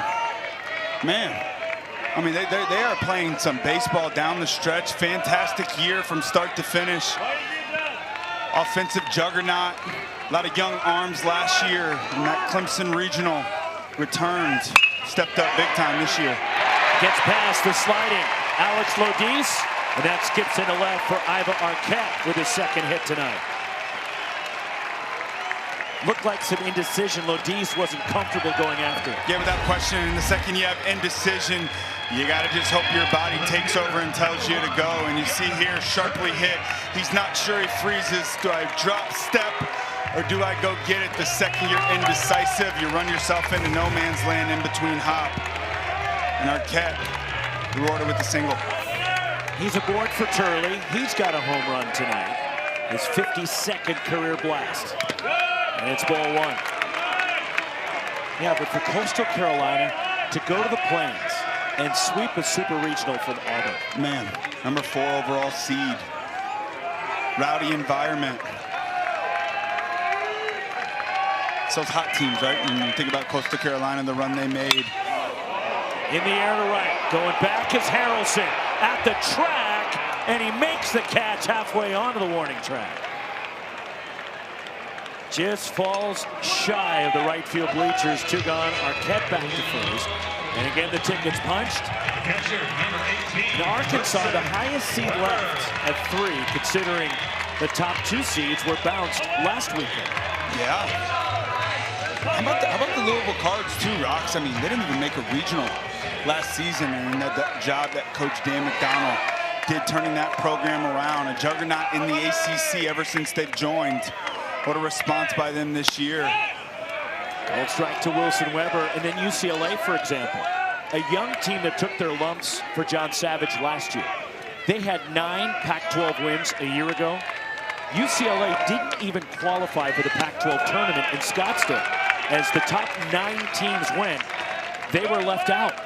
And then here a year later, the Bruins are headed to the College World Series. Yeah, college baseball, man, it's year to year. Every time you look at the rosters and you check the year prior, they almost look completely different. Do a nice job of hammering the transfer portal. You bring in those freshmen that you think can make an impact early, and you have the opportunity to flip your program around in just the season. And John Savage at UCLA has always been known for pitching. He might have the best position player in the country. We talk about these 2 shortstops we have here between Iva Arquette and Alex Lodis. Rock Chalowski of UCLA is sensational. And just a sophomore, right? Man. There's a lot of scouts that feel if Chalowski was to come out this year, he could be the top overall pick. Wow. Throw to first by West, and Arquette dancing off the bat gets back. And that's saying something, because this draft is absolutely loaded at the top. Ethan Holiday, Jamie Arnold, Iva Arquette, Cade Anderson. Runner goes, fouled away by Wilson Weber. Weber 1 for 2, has also been hit by a pitch.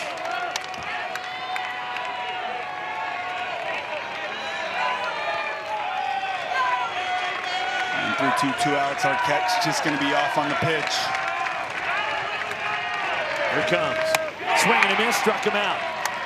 Kinnear gets the punch out the Beavs. 1 hit, 1 left. We're through 5 in game 3. Heading to the 6th. Heart of the order for the Noles. 14-6 Beavs.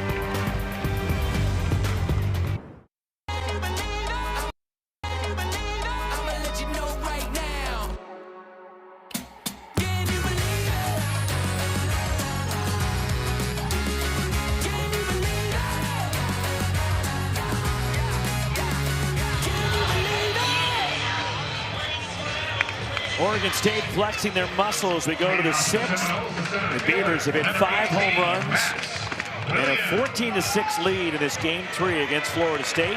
Heart of the order, Max Williams, Miles Bailey, Cal Fisher against A.J. Hutchison of Oregon State.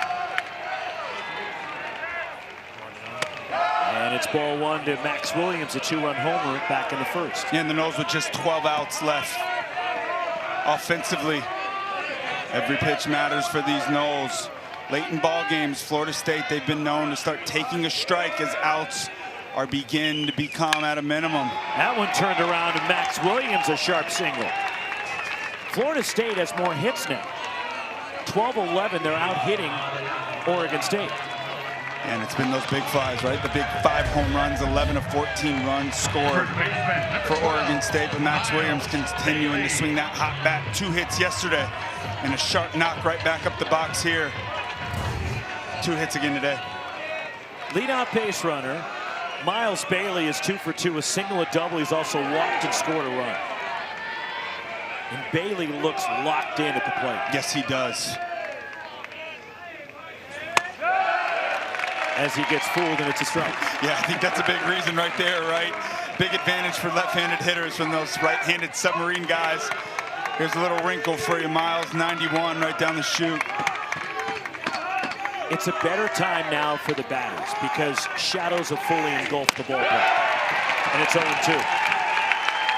Yeah, the shadows are all gone and back-to-back from Hutchison up top.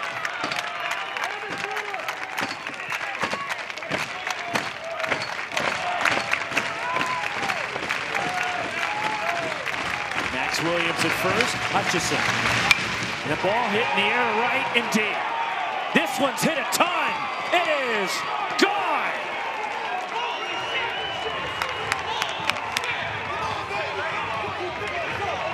Miles Bailey unloads his 19th home run, and it's 14-8 Oregon State.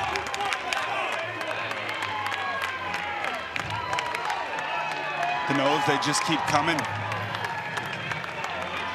There's no quit in these fellas right here, back-to-back left-handed hitters against Hutchison.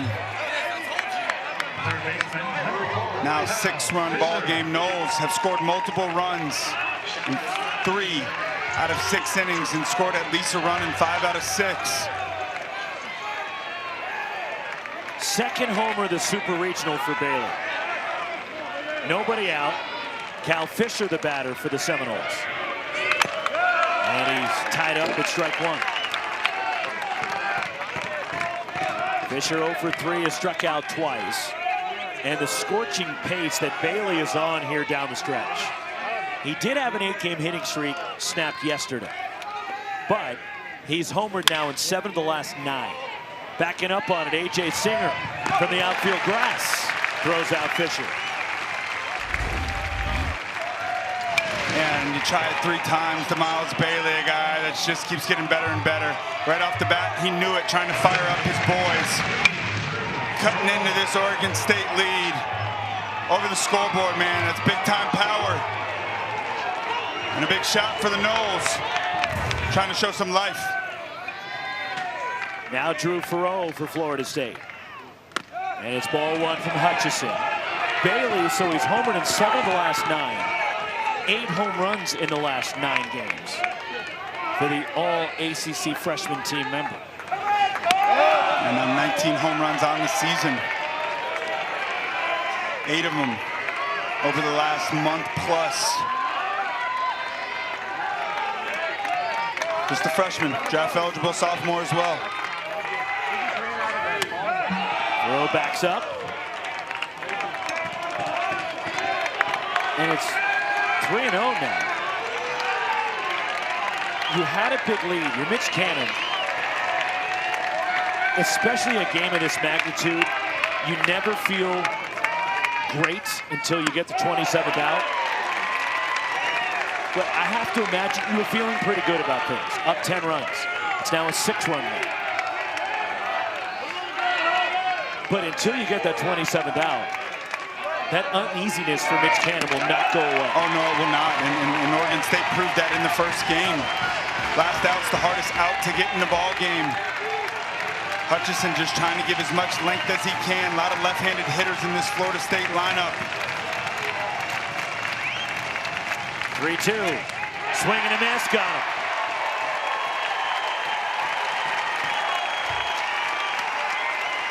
First strikeout for Hutchison. And that'll give head coach Mitch Canham a little bit of sigh of relief. Fastball right down the middle, coming all the way back from a 3-0 count. Trusting his stuff. And a big strikeout. But you're right, Roxanne, in postseason baseball, you know, those 6-run leads, they don't feel like the normal 6-run lead. You know, you just feel like the tides can turn so quickly every single time the base runner's on. Everything is just extremely magnitude and and it's heightened by so much. And you're right about the head coach Mitch Canham. Just these moments right here, you're like, oh man, find a way just to get out of this inning. High stress environments. Plus, Mitch Canham knows how lethal the Florida State attack is. And that's also what causes some of that uneasiness. Even though he's got what was a comfortable lead, is still 6 runs is still pretty comfortable, but you also know what's on the other side. Yeah, definitely. It's a ball club that can leave the yard at any time, 1 through 9. They're scoring in every inning but 1 so far. Yeah. The Beavers have used the big inning tonight. 7 in the first, 6 in the third, another in the fourth.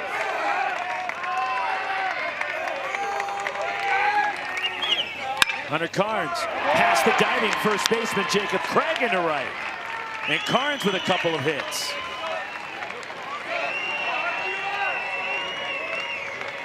That's just another freshman that keeps getting better and better. Just so tough against a drop-down right-handed hitter. Gets it out over the plate, exactly what you're looking for against a pitcher like this, and it just sneaks under the glove of a diving Jacob Craig. Pitching coach Rich Dorman out of the third base dugout for Oregon State. Hard to see if there is action in the bullpen, as the bullpens here beyond the wall and left are tucked underneath. And it appears we are getting a pitching change, and they're going to go with Zach Kamatz. So the right-hander coming out of the bullpen, the freshman from Albuquerque, will take over. A runner at first, 2 outs. Here in the top of the 6th for Florida State, 14-8. Seminoles trying to come back against the Beavers.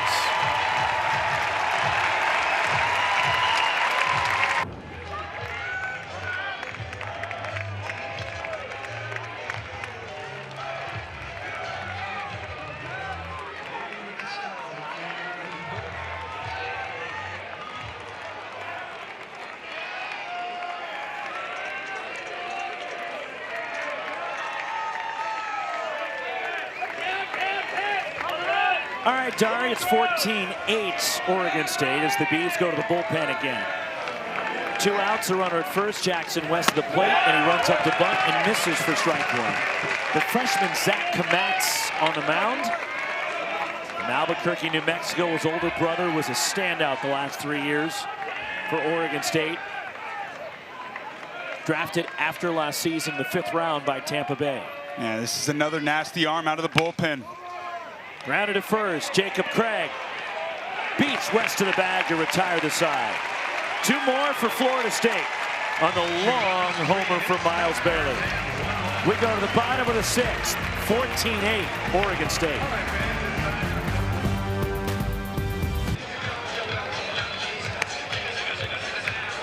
With a long ball for Oregon State, they used it in the regional round. They hit 15 last weekend in their 5 games. They've hit 5 tonight after not homering in game 1 or 2 of this Super Regional. Yeah, Reeder and McIntyre, Caraway, Turley, Peterson, the big fly. And this is an offense.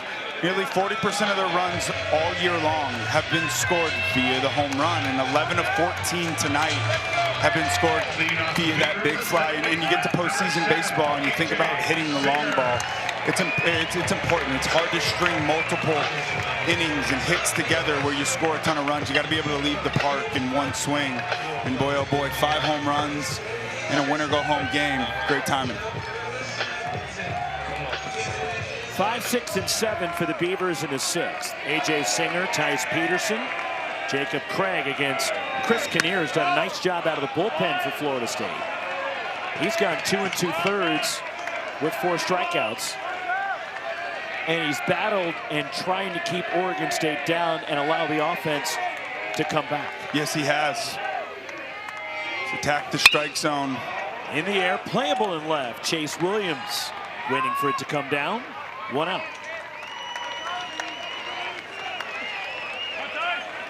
A.J. Singer retired. Here is Tice Peterson.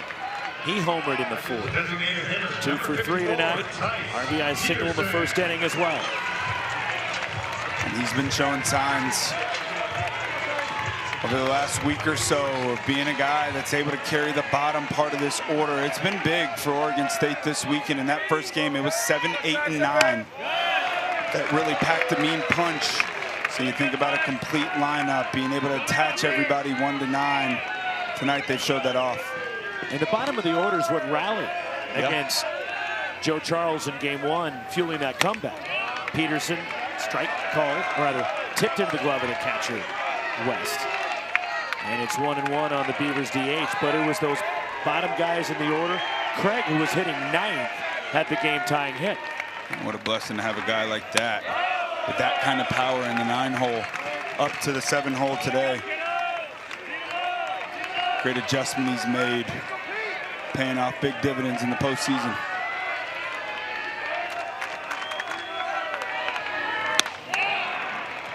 Good pitch from Kinnear.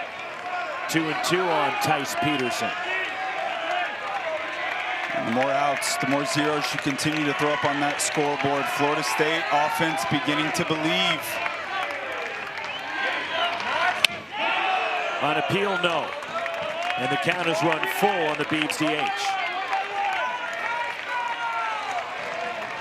Peterson had a terrific weekend last weekend, although it was a late scratch Monday. Prior to the regional final, he's been battling shin splints for a while. Reaching for it in the air, slicing toward the corner, a long run into foul ground and disappearing down there, but it looks like, yes, the catch was made by Gage Harrelson. And this is the benefit right here of having 3 center fielders all in the outfield, staying with that ball, continuing to twist away. Harrelson under control, nice catch. 2 outs in the inning for the Noles. Now it's Jacob Craig for Oregon State. RBI single and a run in the first, walked and scored in the third. 1 for 2, and it's ball 1.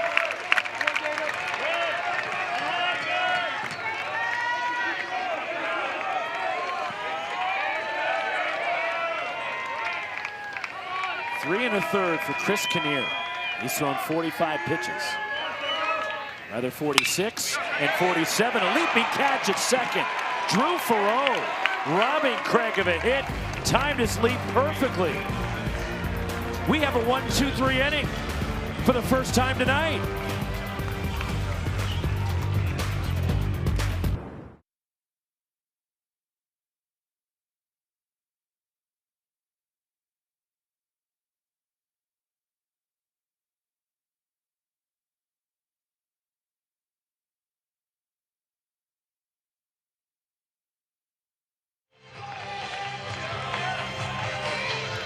Leading off for Florida State, the left fielder, number 5, Chase Williams. Sun setting here in Corvallis, and Florida State hoping it doesn't set on their season.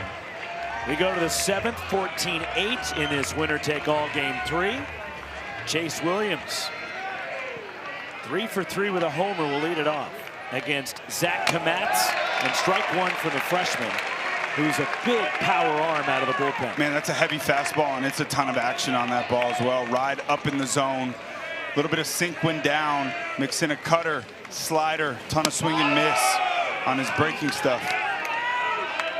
And just another freshman, man. I mean, just continuing to roll guys out of that bullpen. 17th appearance, all in relief for Kamatz. First appearance this weekend as Williams flares one down the left field side, out of play. Kamatz worked on Monday against USC.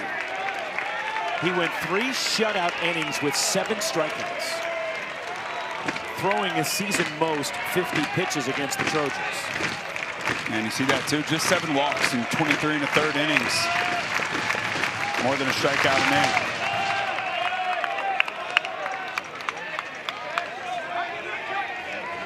'97. Following in his older brother's footsteps, coming to Oregon State. Ball top to first. Jacob Craig fields a race to the bag, and Craig just does beat Chase Williams for out number 1.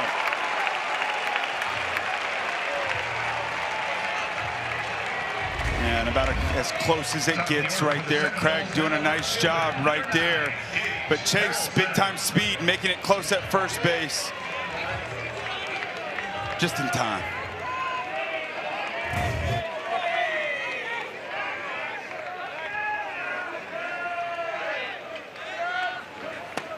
Down low, ball one to Harrelson. Top of the order, Harrelson 2 for 4 with an RBI. Kmetz at the knees and a strike call. Evens the count. A ton of credit right there to Weber working underneath that baseball, presenting that ball well to the umpire. And looking into the dugout, did someone from Florida State just get tossed? Darren Heimel looking in. He wrote something down.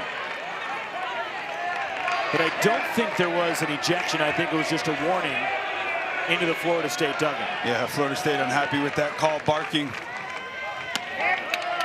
Home plate umpire Darren Hyman putting it into it quickly.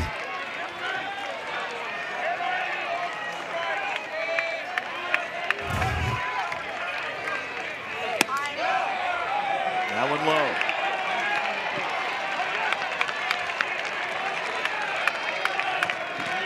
Three and one on Harrelson. Zach Kmetz, the pitch. Out of play. If you're Kmetz right here, you're just coming right at him. 6-run lead, trust your stuff, let your defense go to work. If you're Harrelson, you know he's coming at you. You don't want to give away free base running. No, sir. And it's strike 3 call. And Harrelson frustrated going back to the dugout.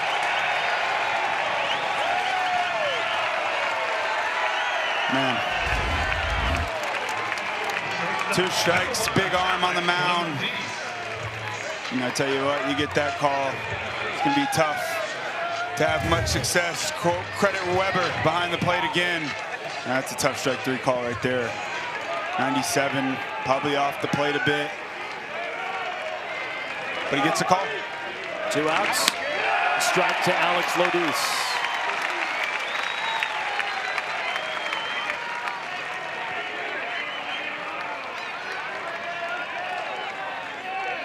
Lodis 2 for 4 tonight. Hit sharply, past third, foul.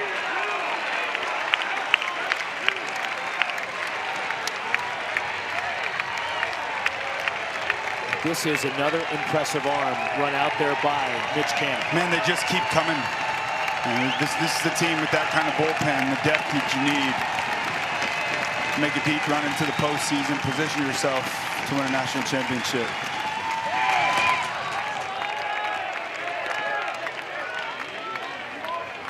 You think about the importance of having Weber behind the plate, all these young arms continuing to come out of the bullpen, but you got a veteran back behind the plate to keep these young guys under control in these big moments. 1 and 2. In the air to right, slicing toward the corner, and this one pushes foul. 96 from Kmetz. Seems like every arm they bring out of the bullpen is a power arm. Yes, even it the is. Sidewinder Hutchison. Yeah, right. 88 to 91 from down there. I'll pop up top, 94. 15 underclassmen on this roster for the Beavers. There are major league bullpens that don't have this arm power. Skied out of play by Lodis. That's very true. Keljo on the back end of this bullpen, a lefty. Made starts this year, up to 97 as well from the left-hand side. A very highly draft-rated prospect.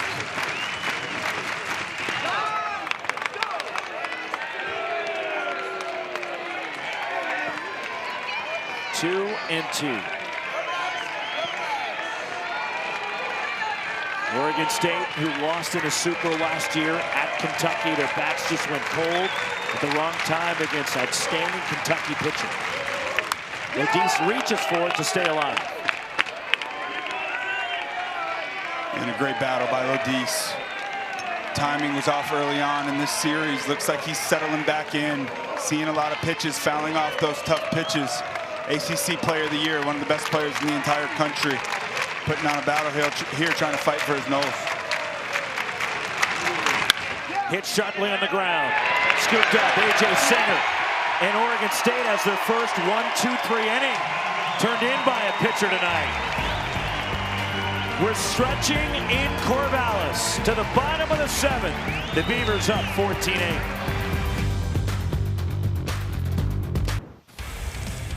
The Beavers' power has been on display tonight, and it started early for their offense. Yeah, it sure did. Back-to-back home runs from Cannon Reeder and a solo shot from Carson McIntyre, just his 11th start of the season.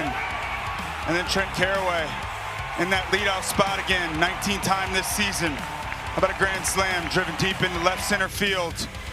And the Beavs fired up, but they weren't done yet. 4 home runs, this time straightaway center field by Gavin Turley. 2-run shot off the hitter's eye, and then the last one of the day, Tice Peterson, a guy that's continuing to get hot and swinging that bat in a way that this Oregon State offense needs in the middle part of this lineup.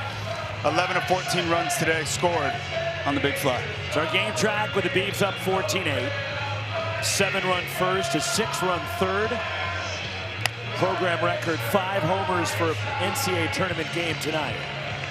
Florida State, Miles Bailey has had a great night at the plate. And they're trying to claw back after trailing at 7-2 after 1. New pitcher for the Seminoles here in the bottom of the 7th. 8-9-1 for the Beavers. Cannon Reeder, Carson McIntyre. Trent Carraway against Peyton Prescott, who was dominant in game 2 out of the bullpen for Florida State. Yeah, his first time hitting 100 miles per hour all year long. 2 innings pitch, not a run allowed, no hits. It's a big-time fastball, sharp breaking ball, and a changeup. You see 98 right out of the gate. He struck out 4 last night. As the sophomore, the transfer, Prescott got the save in game 2. Hit on the ground on 1 hop. Taken by Miles Bailey for the out. And there's 1 away, so Prescott takes over for Chris Kinnear, who went 3 2/3 with 4 strikeouts. Man. The numbers for Prescott this year. And Chris Kinnear was fantastic today, and the reason you see Prescott back-to-back days, the Noles down 6 runs late, one of their best arms out of the pen. They're trying to make sure they can continue to throw up zeros, give their offense their best chance to get back in this ball game. The transfer from Jacksonville. Carson McIntyre homered in the first. He is 1 for 2 tonight. Has also scored a run, or 2 runs rather, on a walk, and came around in the 3rd. On deck, Trent Carraway in the top of the order. And you wonder, he got 97 there, but responding after pitching 2 innings last night. The turnaround for Prescott. Yeah, just 33 pitches last night, but no doubt every pitch was high leverage. That ball is hammered deep, but foul. This freshman was on the bench last night, Rox, but you think he took note? 98 to 100, I'm ready to go.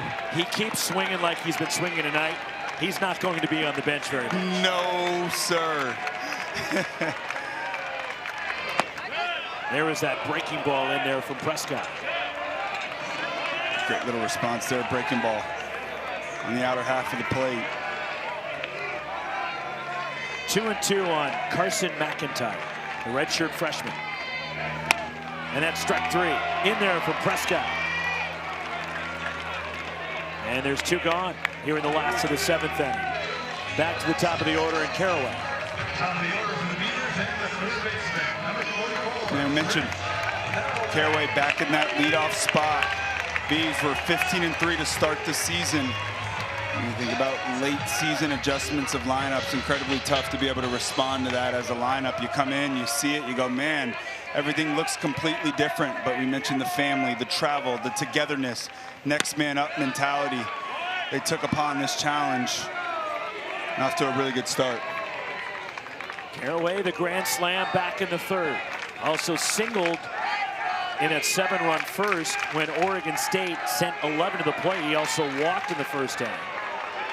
And now here comes Link Jarrett, and this is not a good sign for Prescott. It looks like the athletic trainer is coming out to the mound with the head coach for the Seminoles. Oh, that's not good. Man.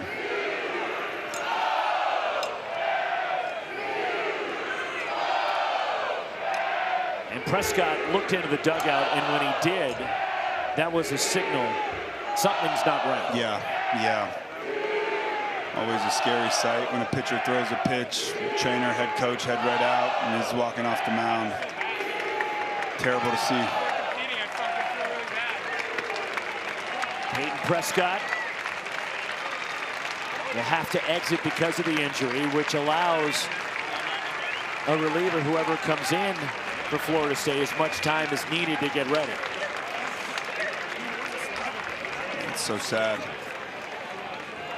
And you feel for Prescott, who was so good last night.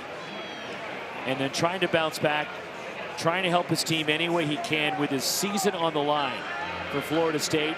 The transfer from Jacksonville, Prescott, you see the live arm that he has and the high velocity that he can bring. And you're just hoping it's nothing serious. You're hoping it was just a scare more than anything for Prescott. Yeah, that's what we're hoping for. That's what everybody's hoping for Peyton Prescott. He only threw 33 pitches last night in 2 innings. A reliever can bounce back and throw the next day. Just got to hope everything's all right with him. Connor Holtz jogging in for the bullpen. He needs to stay out there until he is ready to come in. Then he'll get his allotted 8 warm-up throws from the main mound. But until he is ready, he can warm up in the bullpen because of the injury to Peyton Prescott. 14-8, Oregon State, bottom of the 7th, and a new pitcher.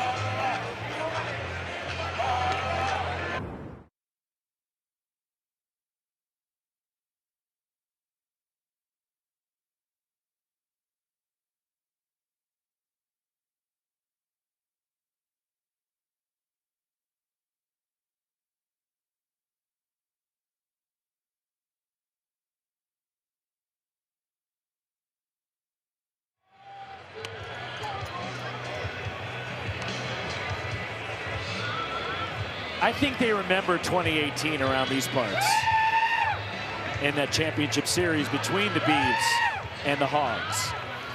Yes, they do. Beavs got the best of them. 3rd national championship. And man, they win 3 national championships, 2006, 2007, 2018. Only made it to Omaha 7 times, Oregon State. You think about all the powers throughout the country. 3 national championships last 20 years. College World Series begins Friday, 2 Eastern on ESPN, as Connor Holtz out of the bullpen. And the senior takes over after the injury, forced Peyton Prescott from the game. Yeah, it's a guy that's battled injuries this season. He's a go-to arm last year. Big left-on-left matchup last year, but being asked here to come in the ball game, try to throw up a 0. A lot of breaking balls, as you see right there in the first pitch. Fastball, low 90s. 0-2 on Caraway after Holtz took over with a 1-strike count. Prescott left for him. And the lefty, the pitch. Swing and a miss, got him. Holtz doesn't realize it's strike 3. He just drops the ball, heads to the dugout. Our first scoreless inning of the night. A 3-up, 3-down, top and bottom of the 7th. 14-8 to the 8th.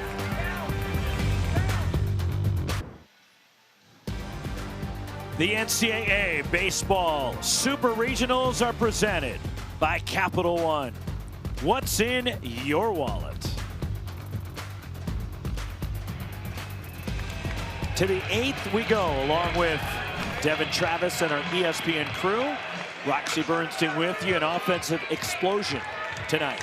After 2 tight, well-pitched first couple of games, different story tonight. Yeah, it felt like it was a matter of time with these 2 offenses, both with over 100 home runs on the season. You see, Florida State, they have been swinging the bat, stringing runs together. One bouncer backhanded at first. Jacob Craig, 1 pitch, 1 out. Max Williams retired. As Zach Kamatz has retired all 5 since coming in. But it's been the big blast for Oregon State today. 5 home runs, 11 of 14 runs on home runs. Big key to having the postseason. You got to be able to leave the yard. Hard to beat a team that does it 5 times in a game. Big night at the plate for Miles Bailey. Ball 1, and last time up, he hit one halfway to Eugene. Yeah, it's still rolling.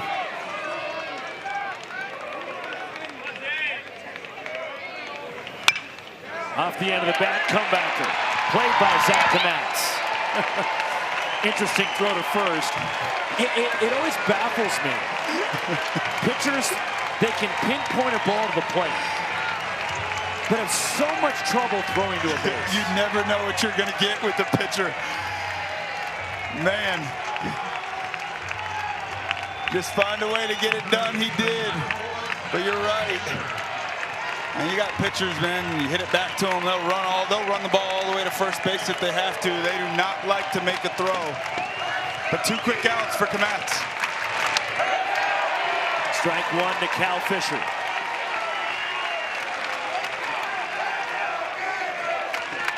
Overflow crowd has been partying since the opening pitch tonight. And they were here early and the stands were packed. Probably what, about 45 minutes before first pitch? Yeah, and they were out early today getting ready for this ball game. The pregame was on. The pregame was definitely on. You drove around the area of the ballpark, the tailgates, the local establishments. Beaver fans were not getting cheated today. Yeah. Might be a slow work day around Corvallis tomorrow. Just warning. The local businesses and proprietors around here.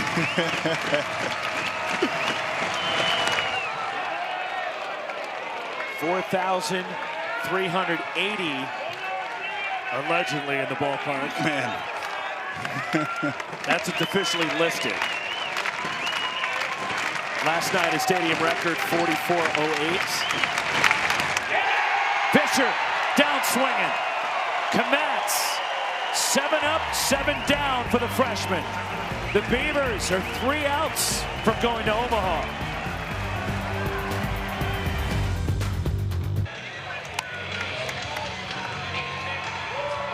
This scene at Goss Stadium at Coleman Field tonight. The Beavers are 3 outs from going back to the College World Series. An offensive onslaught for Mitch Canham's club. 5 home runs, a program record for an NCAA tournament game. 7 in the first, 6 in the third.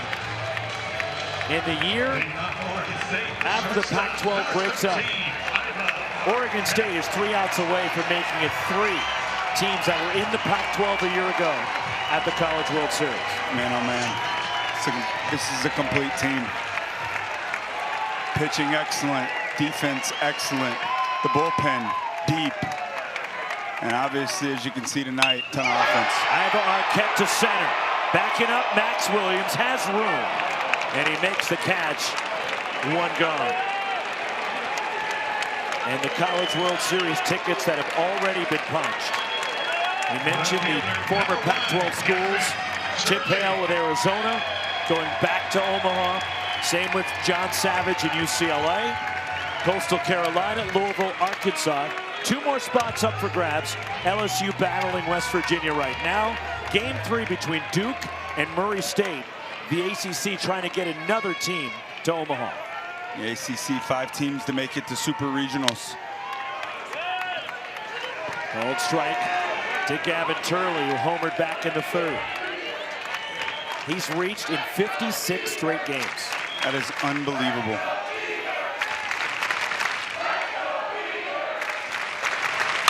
Line drive, base hit. First hit since the 5th inning for Oregon State, and a sharp single from Turley.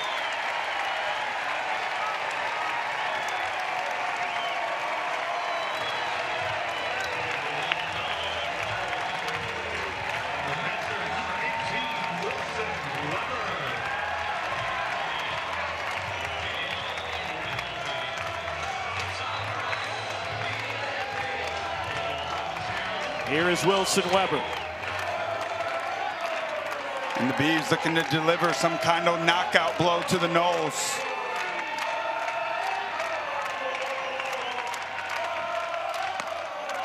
Ball 1 to Weber. Florida State 42-15. They went 17-10, finishing second in the ACC. And the ACC got a record tying 5 teams to the Super Regionals. It was a great year for the ACC and incredibly deep, really from top to bottom.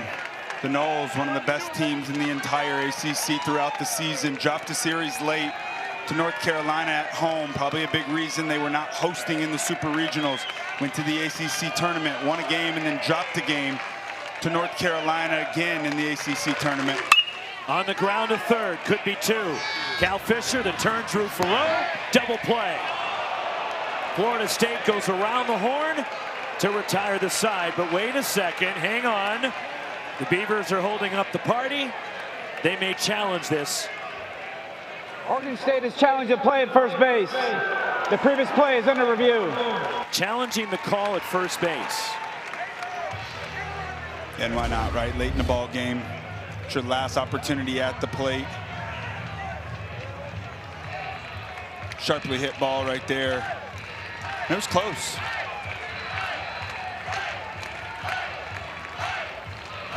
Bang, bang at first. The ruling on the field was out. And it's now out of the hands of our umpiring crew on the field to the operations center, the replay operations center. Yeah, looks like he beats it. Inning should go on. So it is under review. A challenge from Mitch Cannon. Florida State, second most NCAA tournament appearances in the history of this event, is 61st, 19th in supers, the most super regional appearances. And trying to get back to Omaha in a loaded team for Link Jarrett. Had a group that went to Omaha last year. You lose a guy like Cam Smith. You reload, you bring in some very talented freshmen like Bailey and Carnes, veteran pitching staff with a guy like Jamie Arnold, who's potentially the #1 pick in the draft.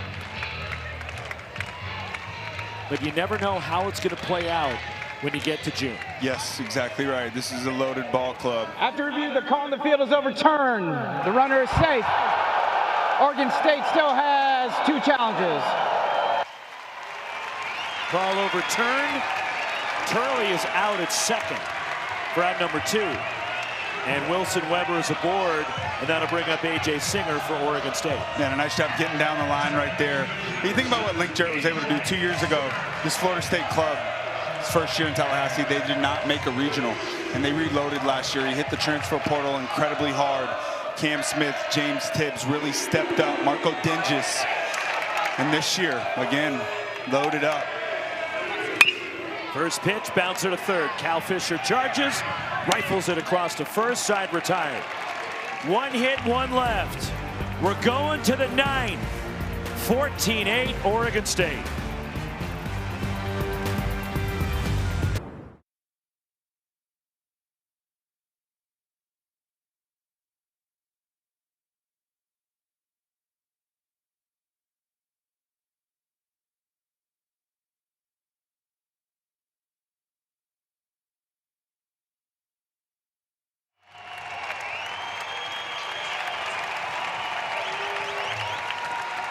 Dari, the Beavers 3 outs away from Omaha in the College World Series.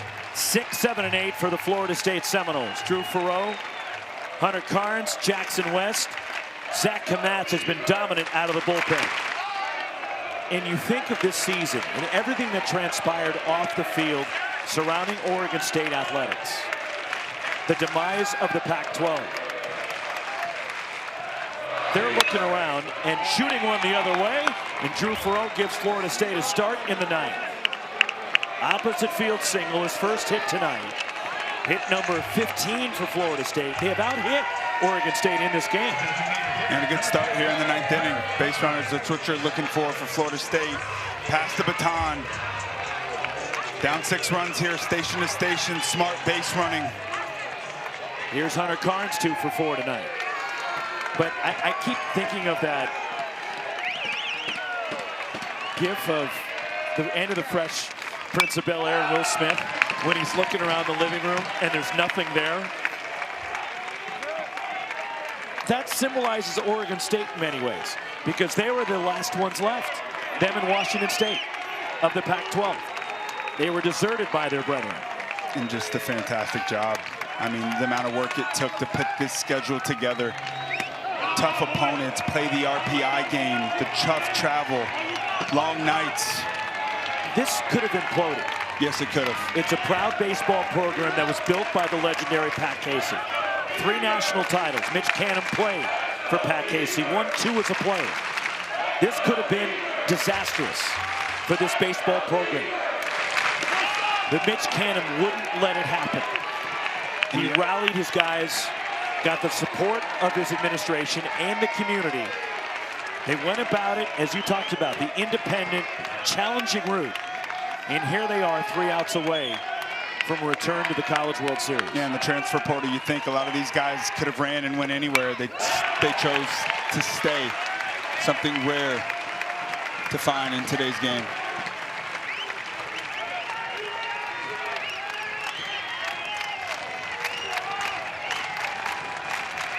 Two and 2. Hunter Carnes. Drew Faroux at first for Florida State. Zach Kmetz. Ground ball left side and through. Base hit for Carnes. Faroux stops at second. Florida State just trying to get base runners. The goal for Link Jarrett's team now is just to get the tying run to the plate. That's it. That's it. And it's a great start right here. Back-to-back singles for the Noles. In the 6 and 7 spot, Jackson West up to the plate. Hitless tonight. 2 sharp hit balls, both to the left side. That's how it happens, pitch by pitch. Jackson West 0 for 3 with a sac fly, and he takes strike 1. And if you're Kmetz, you gave up 2 hits, but they're both ground balls. You're looking for a double play, continuing to attack in that strike zone.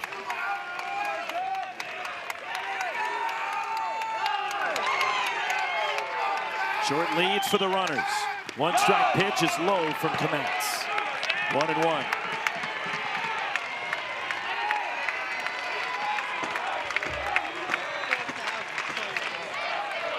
Mound visit for the catcher Wilson Weber now, as Kmetz with 37 pitches, as Rich Dorman has come out of the dugout and now walking toward the hill, the pitching coach for Oregon State.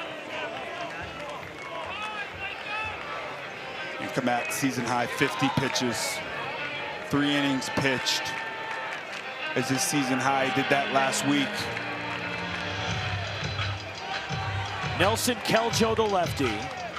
Kellen Oakes, the righty. Are both tuning up in the bullpen. Oakes got the win in game 1. They'll stay with Kmetz. Give the freshman a quick little breather. Jackson West better against left-handed pitching. Choosing to stay with the righty, looking for a ground ball. 2 ground ball base hits this inning. 1-1. The pitch. Fouled off. 1-2. Kmetz is in line for the win, as it's been 4 pitchers for Oregon State. DeCramer started, Segura, Hutchison, and now Kmetz. Ground ball to first, backing up. Jacob Craig takes it himself. 1 out.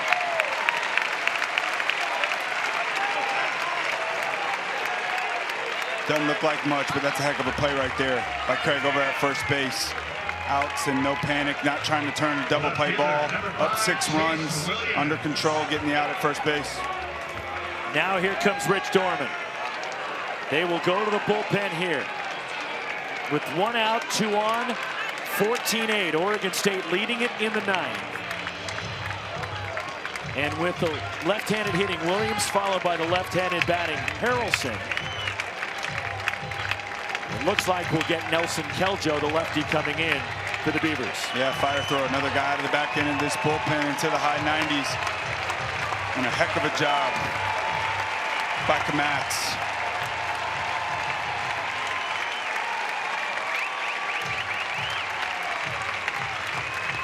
Power lefty, Keljo in. And the ovation for the freshman, Zach Kmatz. 1 out of the 9th. 14-8 Oregon State.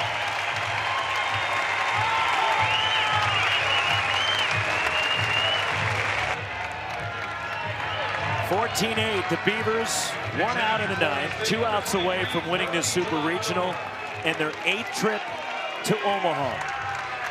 And their first since they won it all in 2018.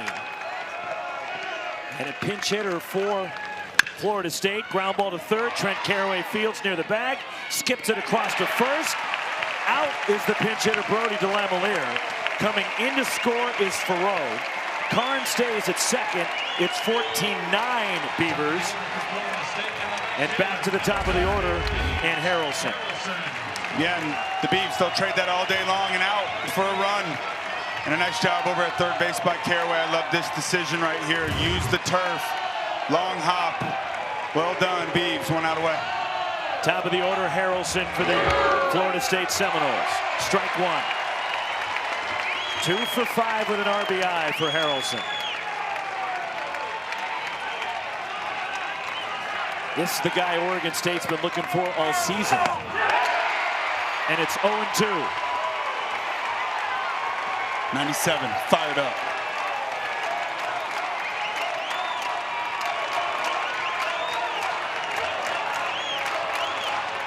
Nelson Keljo, the pitch. Line drive, past third, fair ball. And Harrelson keeps it going for Florida State. He's digging for 2. In to score for the Seminoles is Hunter Carnes. And it's 14-10, Oregon State. Incredibly impressive right there. The Noles continuing to just fight away. 2-strike hitting right there from a tough lefty, and Keljo up at the top of the zone. And Harrelson, an unsung hero for the Noles all year long, keeping that ball fair inside the third base line. 4-run ball game. RBI double. Now it's the ACC Player of the Year, Alex Lodis. 2 for 5.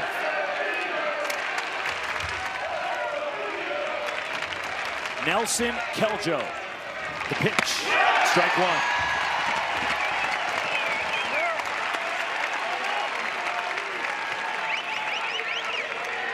The Beavers, who went 4-0 in elimination games last weekend, facing it again tonight.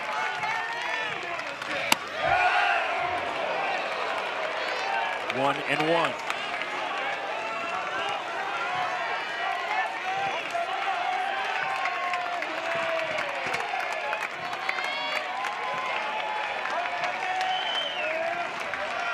Harrelson at second. Lodis takes ball 2. Noles continuing to fight. He said it. The goal here is to get the tying run to home plate. Miles Bailey, 2 batters away. Fouled off by Lodis. Again, Florida State is down to their last strike.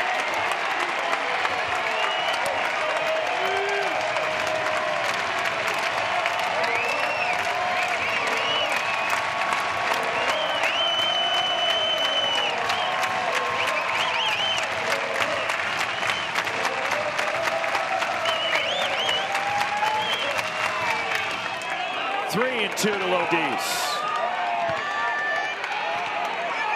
Harrelson out there at second base. Full count, 2 down. Nelson Keljo trying to finish it off. Strike 3 called. The storybook season for Oregon State will continue. For the first time since 2018, the Beavers are headed to Omaha in the College World Series.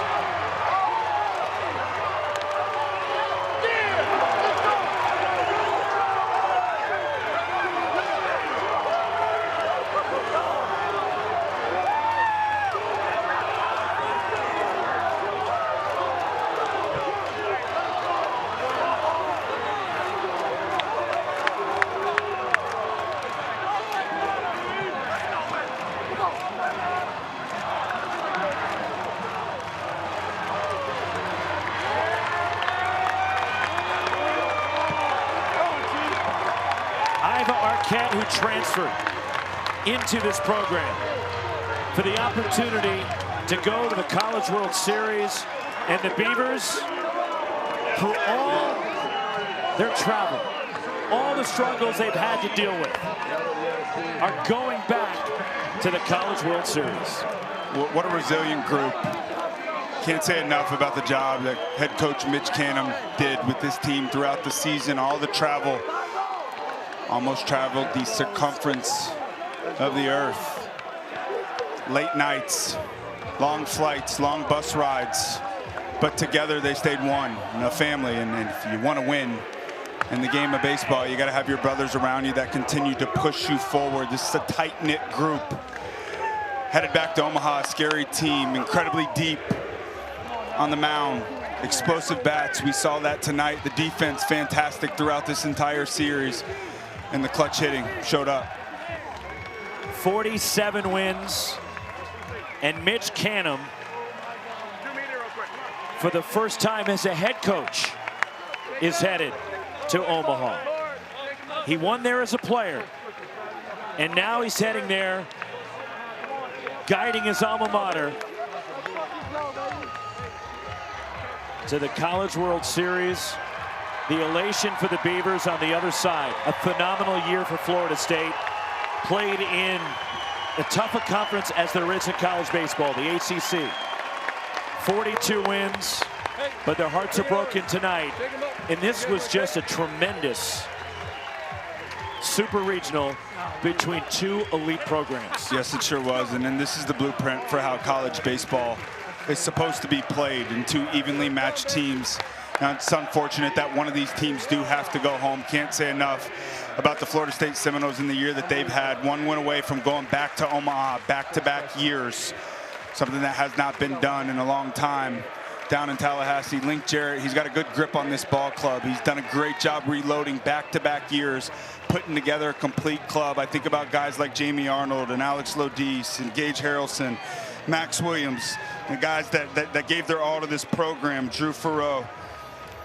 Can't say enough about this team and guys that are going to play this game for a long time, but congrats to the Beavers. Headed back to Omaha, baby.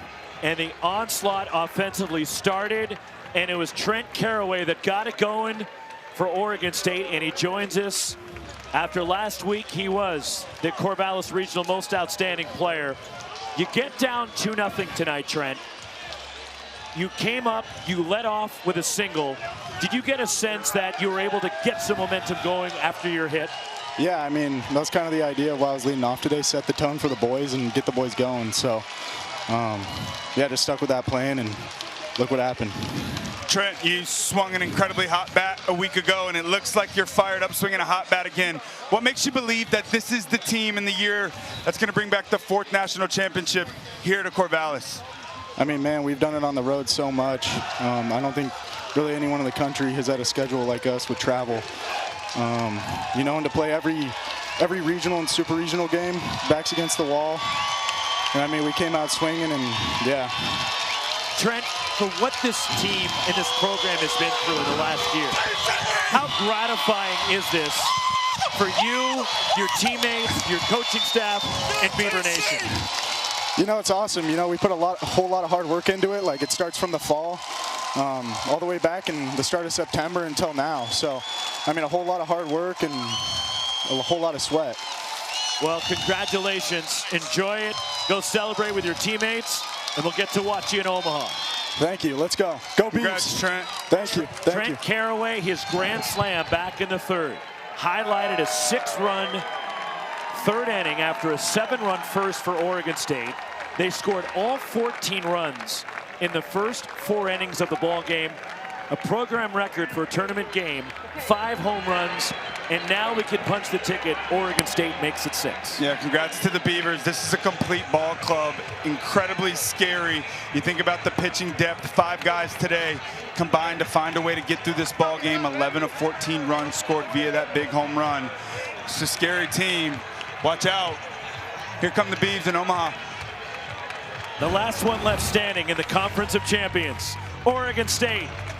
They'll see their former conference mates in Omaha, but the Beavers are headed to the College World Series. For my partner, Devin Travis, and our ESPN crew, Roxy Bernstein, again the final, 14-10 Oregon State. The Beavs are headed to Omaha. So long from Corvallis.